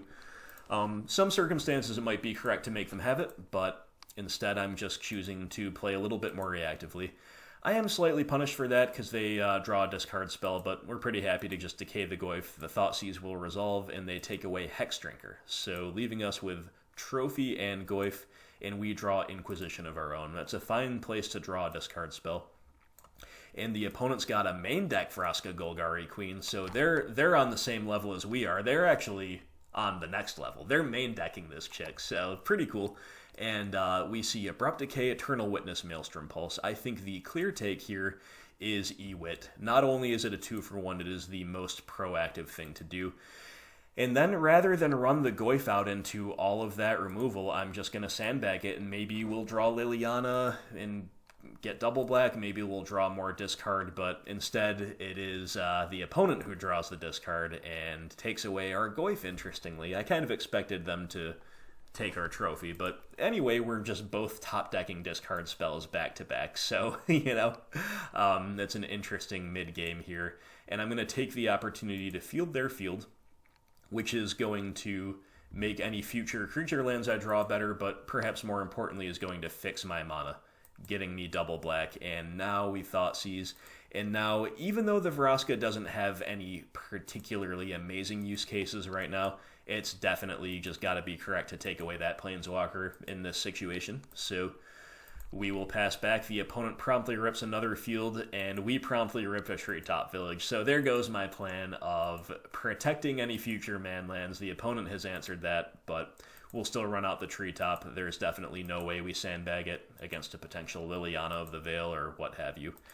So that we draw Lily of our own. That's kind of cool, but I'm going to choose to sit on her for one turn because, again, we run her out. We've got to tick up. We're going to lose our trophy. If we had a 5th land and we could, maybe trophy a land at worst case scenario or something, fine. But I don't see any particular point in running her out into known decays and pulses and whatever else the opponent has, right? So we'll sandbag her for a turn. They'll field our Treetop, sure. Back to the opponent. We really want them to play out a creature so we can play the Liliana and Edict and get a 2-for-1. But they don't, so they're just going to go ahead and play a land, and I'm going to go on the Liliana plan this upcoming turn. I'm just getting a little leery of them drawing a Liliana or them drawing discard, so I decide to just get my trophy value, start taxing their basics a little bit, and then we're going to play the Liliana next turn. We draw Inquisition, which definitely punishes us for that decision. We're a little worried about sitting on the Liliana because the opponent could draw discard, but the fact that we drew discard, that makes the trophy play terrible. It would be so nice to just cast Inquisition this turn and sit on a trophy, sit on the Liliana for one more turn, but now we're priced into using her, so at least we, get a discard spell out of our own hand that's not the best, but they had a Fatal Push kind of rotting in hand too, so that turned out pretty poorly. And now the opponent can, of course, answer the Liliana however they choose. And it's going to be the Decay, sure. So, back to the opponent. Now we're both kind of in top deck mode, but they have Pulse advantage. We play a Scooze, no point in sandbagging it, we'll just play it out. They can Pulse it, we know this, but they actually drew Fatal Push, so that's really good. We'll eat the Eternal Witness. They could play more Witnesses, they could play a Last Hope. We don't want that Witness loop value chain coming our way, so sure, we'll just gain a life and eat the Witness. Opponent rips a Scooze off the top, so here's where the game starts to get decided by top decks, and we rip another Scooze as well, which is kind of nice, but problem is they're just a step ahead of us here, and they have more overall green mana, so feels bad. We're getting out Scoozed, but we will at least get a little value out of our own Scooze, and interestingly, this also makes their Maelstrom Pulse very bad in hand. We can always hope the opponent misplays and just forgets that their own Scooze will die to their Pulse, but our opponent here is a little too savvy for that. So their Scooze is going to get in. The post-combat activations are obviously a little bit loose. I guess the opponent changed his or her mind in terms of what they're going to do, but they had a Tarmogoyf to play, so fair enough. We draw Fatal Push. Good draw. Good draw. So what do? If we push the Scooze, that seems like the right play to begin with, because then we can outsize the Tarmogoyf just right off the bat by eating 2 creatures. Well, maybe there aren't 2 creatures to eat, but, we could eat the Scooze, and we could eat, we could eventually outsize the Tarmogoyf with one more round of activations. Big problem with that is then they just pulse away our Scooze. So I chose instead to pulse the Goyf, knowing this is going to put me behind, keep me behind in the Scooze battles, but it again means their Pulse is rotting in hand and we are live to draw something, We're live to draw, who knows. But, just giving them the free Pulse didn't seem correct to me, and if that's the case, then we're just getting beat by the Tarmogoyf. It's pretty similar, so we'll eat away a little bit at their yard, no real reason not to, and unfortunately we top deck a land. We'll play it because it's a green land and we have a Scooze on the field, I guess, but, we kind of need an answer and we really need it now. So here comes the Scooze, hitting us down. And we're really dependent on the top deck here with this upcoming turn. The opponent has flooded a little bit. We draw Unearth. So really interesting decision point here. Do we sit back, chump block with the Skoos, and then go on the Unearth plan next turn and just kind of stay alive another turn? No, we don't, even though it might be tempting to, because they can simply eat our Skoos with their own. So I think we are kind of priced into cycling with the Unearth. Unfortunate that it's been a Skoos-based game, because we would have a lot of actual Unearth targets here, but instead we just have to cycle it.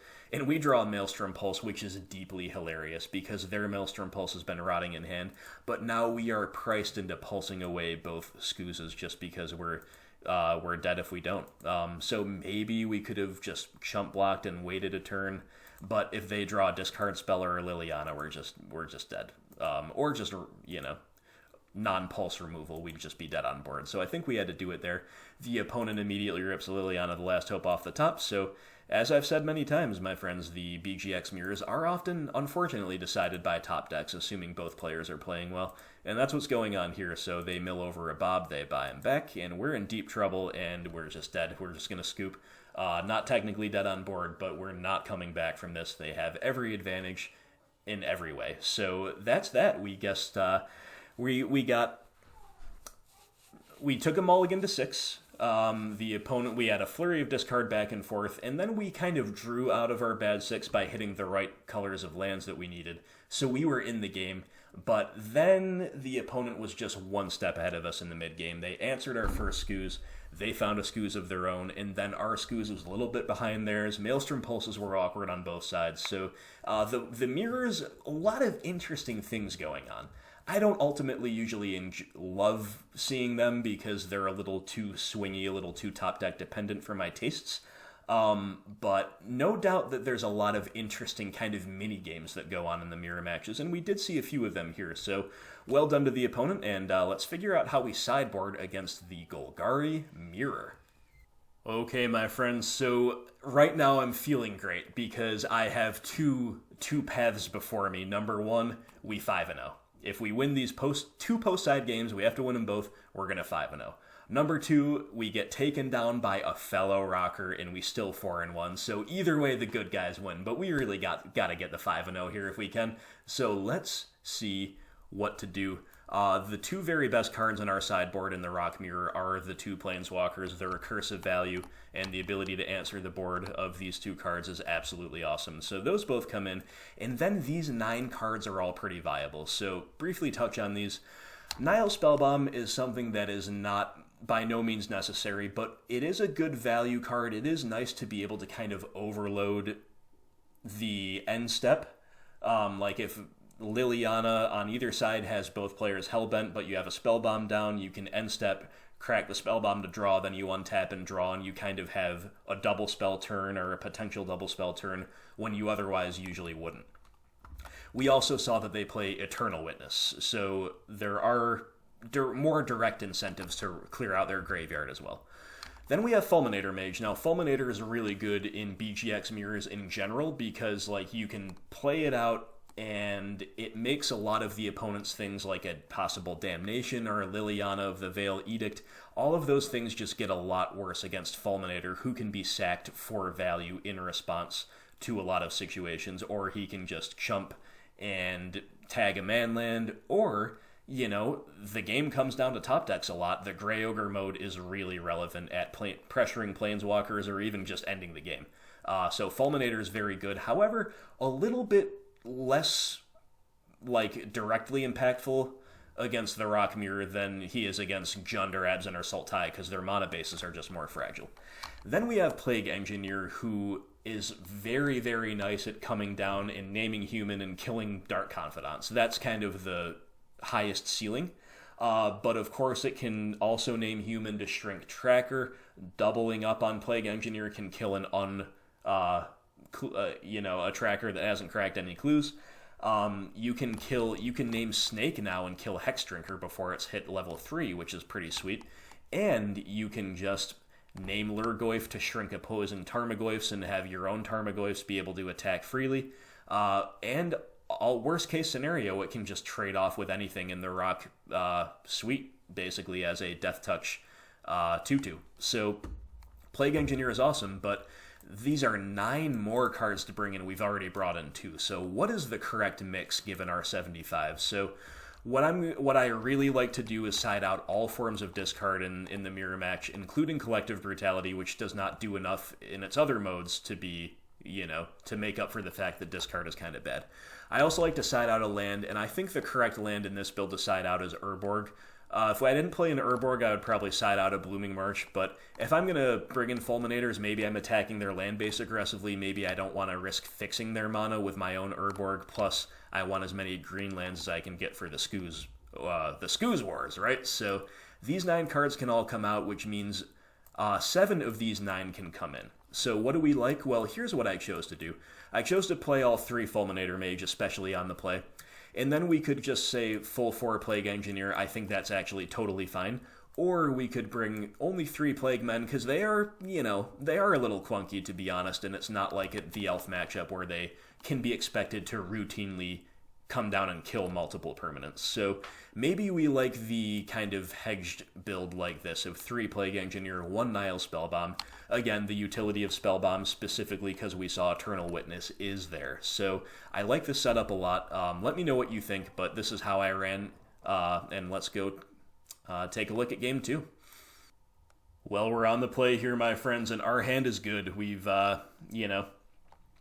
We've got a couple threats. We've got Unearth, which is big game, whether they're interacting with our threats or whether we're just going on the Fulminator plan hardcore. We've got all the lands that we need and then some, plus some utility out of the land base. Yeah, the hand is good, not much more to say about it. Blooming Marsh, pass to you. Opponent likes 7 as well. And it's a Hissing Quagmire, sure. Back to us. We draw a Scavenging Ooze, interesting draw, but I did decide to just run out the Tarmogoyf here. I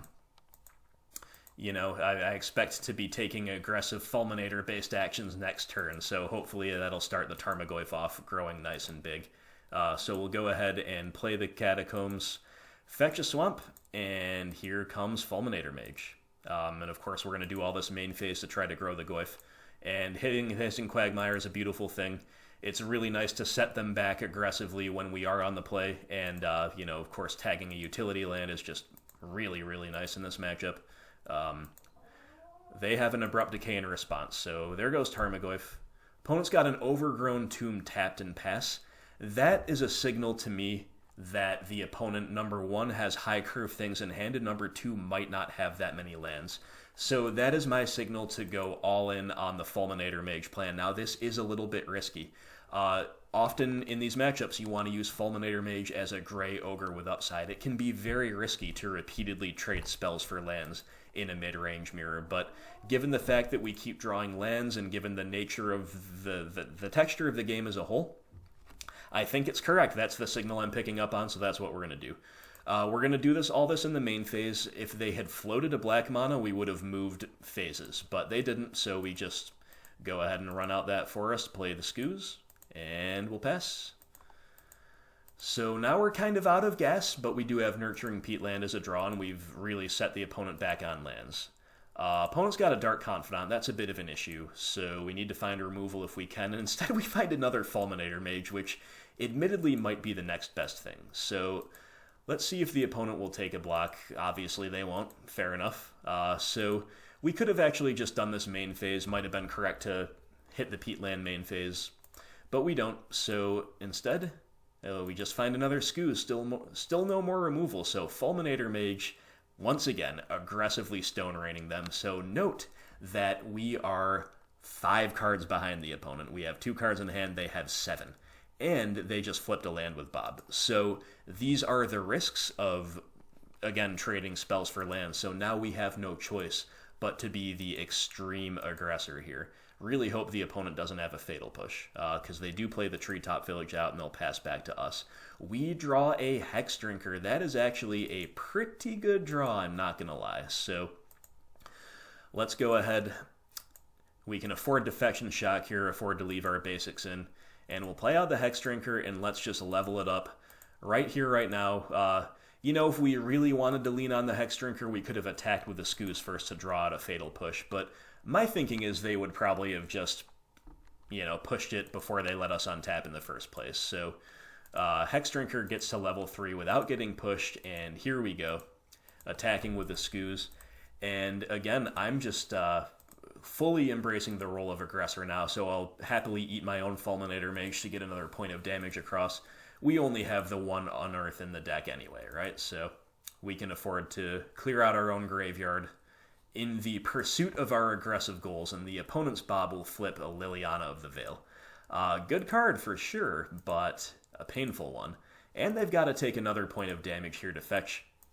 So if they've got like Maelstrom Pulse for the Hexdrinker, the game gets interesting, but it's only the Liliana, and they will edict us. So we have to make the right play here, pitch our Skoos, and guess what? Well, we drew Fatal Push, which is also really nice, but we don't even need it because we just sink all of our mana into the Hexdrinker, and wouldn't you know it, it's a 6/6 protection from everything, and that is going to be Xaxes.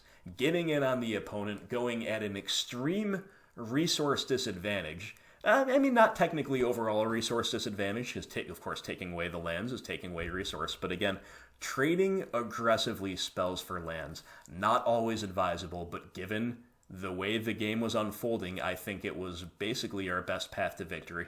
We could have tried to play a little bit more cute with the Fulminator Mages, but this way we were just forcing them, number one, to continue having land drops. There was a world in which they just don't hit as many land drops, and we just, like, aggressively stone rain them completely out of that game. Number two, even if they do hit the land drops, we are forcing them to stabilize against a really aggressive Skoos, and then finding the Hexdrinker was, of course, key to that plan working. So the opponent was able to achieve the former, but not the latter, and we, in a pretty unusual turn of affairs, we are able to just aggro the Rock Mirror out. Definitely doesn't happen every day. We get a nice early turn 7 kill. Early considering our turn 2 Tarmogoyf got killed. We spent turns 3 and 4 stone raining them, so it was a pretty quick kill overall. And we did get there. We did get there by somewhat unconventional means, but game 3 we're going to be on the draw, so let's see how that goes. Okay, the opponent keeping 7. Our opponents have kept 7, I think, every single game except round 1, game 1. So we've taken a lot more mauls than the opponent, but we don't have to maul this one. This is a really nice hand. Having Hexdrinker in your opening hand on the draw is big game, because it can always be sketchy to play a turn 2 threat out on the draw, because you just don't want to walk anything into Liliana of the Veil. Like, Liliana Edict is a disaster, but Hexdrinker on turn 1 is definitely a different story, and that's exactly what we're going to do. Opponent's got the Treetop, we've got a bunch of gas in hand, but it's turn 1 Hexy, pass. Opponent's just doing nothing the first 2 turns. They play a tapped Overgrown Tomb, so now is our cue to go wide. And I chose to play the Skoos here. You could have obviously played the Goyf as well, but, a little bit of 6-1, half dozen of the other at this stage of the game, I suppose. And it's not like if we had a lot more lands in hand, I would have run out the Goyf and planned to clean up with the Skoos. But right now I'm pretty content to use it as a Grizzly Bear because we just have so much gas in hand. We're not realistically going to be leaning heavily on the Skoos anytime soon anyway. So here I'm thinking most things here don't bother me overly much, but Liliana the Last Hope, here's Hexdrinker's downfall. It's a toughness 1 creature, just very, very vulnerable to these type of effects. So usually we don't really have any of those in the deck besides Dark Confidant. So that is a weakness for sure of the card, but we've also seen the card do a ton of work here. So I thought long and hard about this decision. Like, do we play Tarmogoyf and hold up Fatal Push? Do we, what do we do? At the end of the day, I just, and do we eat our own Hexdrinker with Scavenging Ooze and pressure the Liliana? At the end of the day, I just decided it was too much to let the Liliana live. Too many things could conceivably go wrong if we let her stay around. And these days, she is uncommon enough that I don't think most Rock players are playing 2 copies in the deck. The disaster scenario is that they follow up with a second copy if we spend the turn pulsing. But don't think that's very likely, so I chose to pulse her, and we'll see what else the opponent has.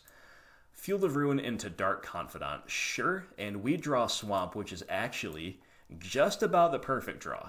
Only better draw would have been Verdant Catacombs, because now we get to go Tracker into Swamp, into Fatal Push here, Bob, and we've just been chipping in with this Grizzly Bear. Admittedly, would have been better to play the Tarmogoyf, for sure. Who knows, maybe the opponent's been sitting on removal, but doesn't seem likely. And yeah, the Tarmogoyf would have been doing a lot more damage by now, but, you know, what can you do?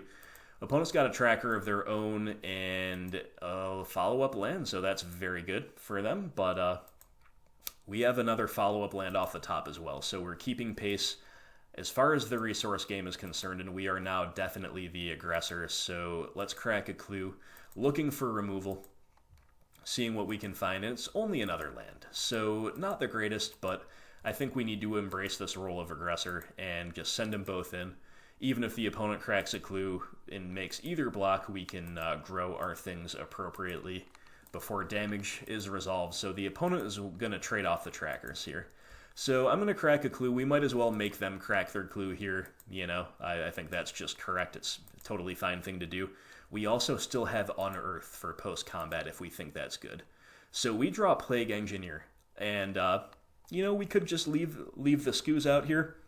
But the thing that I'm mainly afraid of is the opponent going untapped, play Liliana of the Veil Edict. Then we don't have any great way to pressure the Liliana off, and she can just, you know, get repeated value, and that's the last thing we want. So I decided to go with the Unearth, and it could have been Hexdrinker, but I chose to go with Tracker here, you know. Feels a little bit weird to Unearth the Tracker without a follow-up land in a matchup like this, but I believe that to be a totally fine play. Unfortunately, the opponent, unlike us, is still on Damnation. So there you go. Damnation cleans up our board, and it's then another follow-up play. Treetop Village and Swamp will make Dark Confidant mana. So that's a really nice play for the opponent. You know, 2 for 1 with Damnation, follow-up with the Bob. But fortunately for us, the Plague Man cometh. This is exactly what we want him to do. He's going to come down. He's going to kill a Bob before the Bob has gotten any value. And I really, just like I don't expect 2 Liliana the Last Hopes, I don't expect 2 Damnation, so we're just running out the Goyf. And the opponent has Liliana of the Veil, and look, unless they just top-decked her this turn, that's exactly what I was playing around by unearthing the tracker a couple turns ago. So I think, again, our sequencing here has paid off. And at this point, we can lose the Plague Man. We'll just keep our 5-6 Goyf around. That seems better to me. Opponent's got a Pulse, though. So they've got Pulse, and their final card is Blast Zone. So in a way, I'm happy to see the Pulse before I've run my both Goyfs out, just trading 1 for 1. And thankfully, we have this Field of Ruin. We might be in a lot of trouble having top-decked another land if we didn't have the field. But we get to field away the Blast Zone, our beautiful utility in our land base, answering theirs.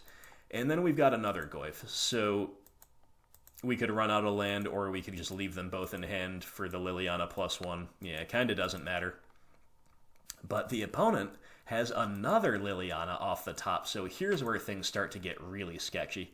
Not only does that punish us in a very minor way for sandbagging our lands, that is also just like one of the best possible draws they could have had. So here's where I'm like, uh-oh, the top-decked Liliana, that's a little bit sketchy, and now we're top-decking a land, and I'm feeling the 5-0 slip away from me, so we just play out another pretty worthless land. The opponent's got another Blooming Marsh of their own, but they've got the Liliana and they've got the Treetop Village, so we need answers, and we need them right now. The Treetop's got us on a quick clock, and the Liliana's a big issue. Fulminator Mage. So here is exactly what I mean about this card being good in the matchup. Is it an answer to either of these things, like a perfect answer to either one? No. But this puts the opponent in a really awkward situation. Do they edict us away? If so, we get to just respond by hitting the Treetop. Do they take up? Yes. If so, we just get to pressure the Liliana, and they don't have a free edict like they would against any other creature. Now, the big problem for us is that, of course, the Treetop has already hit us a couple times, so our life total is nice and low. So, opponent's going to animate the Treetop. Now, what do we do? What do we do here? Do we assign a block or just, ping the Treetop?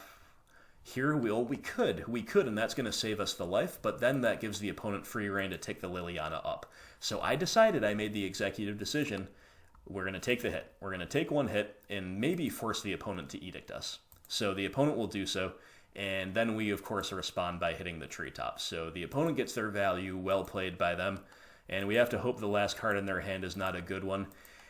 And it is yet another Liliana of the Veil. So when both players are basically top decking, the opponent has seen 3 Lilianas, I believe, in the last 4 turns. It is an absolute nightmare, and we are hoping for a miracle off the top, and we get one. We get one. It's Vraska Golgari Queen right off the top. One of the very best possible answers to Liliana. One of the only cards that actually answers her. Creatures don't do it anymore. So this not only answers Liliana, it's going to stick around. What a top deck. What a beautiful, beautiful top deck. And now the opponent is in total top deck mode, and they find Kalitas right off the top. That's a pretty good top deck, not going to lie. So now we have to top deck something great of our own, but we are going to see 2 cards, and with the first one we see a trophy. So that's wonderful. We do have an answer, but let's draw first with Vraska, see what we find, and we find a Scooze. Beautiful. So pretty clear play here. Trophy away the Kalitas Trader of Get. Go grab a forest, play the Scooze, and just pass to the opponent with a really good board state, and the opponent finally bricks, they top deck a land, and now it's just our time to shine. We get to make the Scooze a 5/5, our life total's nice and high, and we actually just have lethal on board. So we start eating things, and the opponent realizes we've got lethal, they're going to scoop it up. We just are going to have exactly, well, even one above exactsies, I suppose. We're going to get in with a 10/10 Scooze, and that's going to be all she wrote. So there you go, my friends. We take down a very intense, very well played, very close, very interesting mirror match, and that's our 5-0. That's our 5-0 with our first league post-Hogak ban. They get the boogeyman out of the format, and we immediately 5-0. Feels great. Feels absolutely great. And what more can you say? You know, you can't ask for more than this. We faced a variety of matchups, and we came away with the 5-0.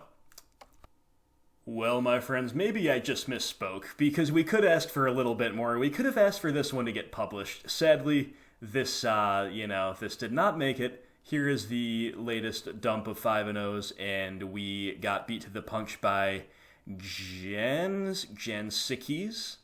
I have no idea. I'm sure I'm mispronouncing that name, but congratulations, my friend, on the 5-0 as well. A fellow rocker showing up at the table. So we didn't get this one published, but boy, oh boy, was it a good league. Was it a fun league? And we had a little bit of everything showing up. Our utility lands were awesome. Every single piece of utility, I think, was relevant here that you see. Unearth had a couple nice moments, for sure. It continues to impress as a one-of. This was probably the league that I've been most impressed by Hexdrinker. This card was definitely nice as early pressure, and it was really nice as a mid to late game top deck a few different times. It actually actively closed the game as a 6/6 a couple different times, and could have done so a third time. We made the Jeskai Control player a top deck exactly, Supreme Verdict or Wrath of God, to beat it, and they did. But Hexdrinker has done enough to get the thumbnail treatment here today, but I think Hexdrinker has also done enough to earn a 2-of spot in my list going forward for the foreseeable future. So I'm sure Hexdrinker will have other chances to shine, other chances to earn the thumbnail treatment. So I think today it's got to go to the Golgari Queen. It's got to go to Vraska, coming down for the absolute turnaround right at the very end of Game 3 of Round 5, after going through the gauntlet of a parade of top-decked Lilianas of the Veil from the opponent. Vraska comes down and says, nope, I'm the bigger Planeswalker, turns it right around, and helps us close out that game when it looked like we were just doomed to fade away right before the 5-0. So Vraska gets the thumbnail treatment, but we had a little bit of everything. We had some big Goyfs closing out games. We had a couple really nice uncontested Bob progressions. Scavenging Ooze was absolutely huge, no pun intended, in a lot of matchups. Our removal was great. Liliana's trackers, it was all good. Plague Engineer definitely had some moments as well. So all in all, this Fulminator Mage was incredible too, just stone raining the mirror opponent just out of game 2. So absolutely perfect as far as I'm concerned. Coherent and kind of holistic display of this deck's abilities. I'm telling you guys, this deck is just as well positioned as ever, and it has always, at least since I've been playing it, has always been underrated in the broader meta, so I think this deck can keep pace with absolutely anything, and some have said that losing out on Hogak actually is bad for the Rock because the matchup wasn't that bad, and we at least knew exactly what to tech against. I don't agree with that argument. I think the changes that I expect to see in the meta are going to be a net positive for us. You can see my preceding video on this channel where I break down the ramifications of the ban for more thoughts on that, but we're putting that theory into practice. We come out of the gate strong with a 5-0 with our first post-ban league, and this was a really fun one. My only regret is that I had to kind of go through it twice because I didn't happen to be live recording it. But hey, I couldn't fail to bring you this one, so I hope you enjoyed it. Hope you enjoyed the replay. And of course, as always, my friends, I look forward to any thoughts you might wish to share with me or with the other viewers as it regards lines I took, sideboarding decisions, thoughts on matchups in general. I would love to hear it. Thank you once again to our 5 brand new patrons. We have Julio and Steven as Inquisitors. We have Frank as a member of the Unearthed. We have another Steven with a PH, as a Confidant. And we have Road Rage 48 of the Veil. Absolutely love it, my friends. Feels so good to get the 5-0. I thank you to all Patreon supporters. I hope I continue to earn your support, and I hope everybody else out there is also enjoying this content. Thank you so much for watching. Stay tuned to the channel. We will be playing a Jund Donation League and a Sultai Snow Donation League this month, as well as more, as always, Golgari content coming your way. So stay tuned to the channel, and I will talk to you soon. Hope everybody out there has a wonderful day.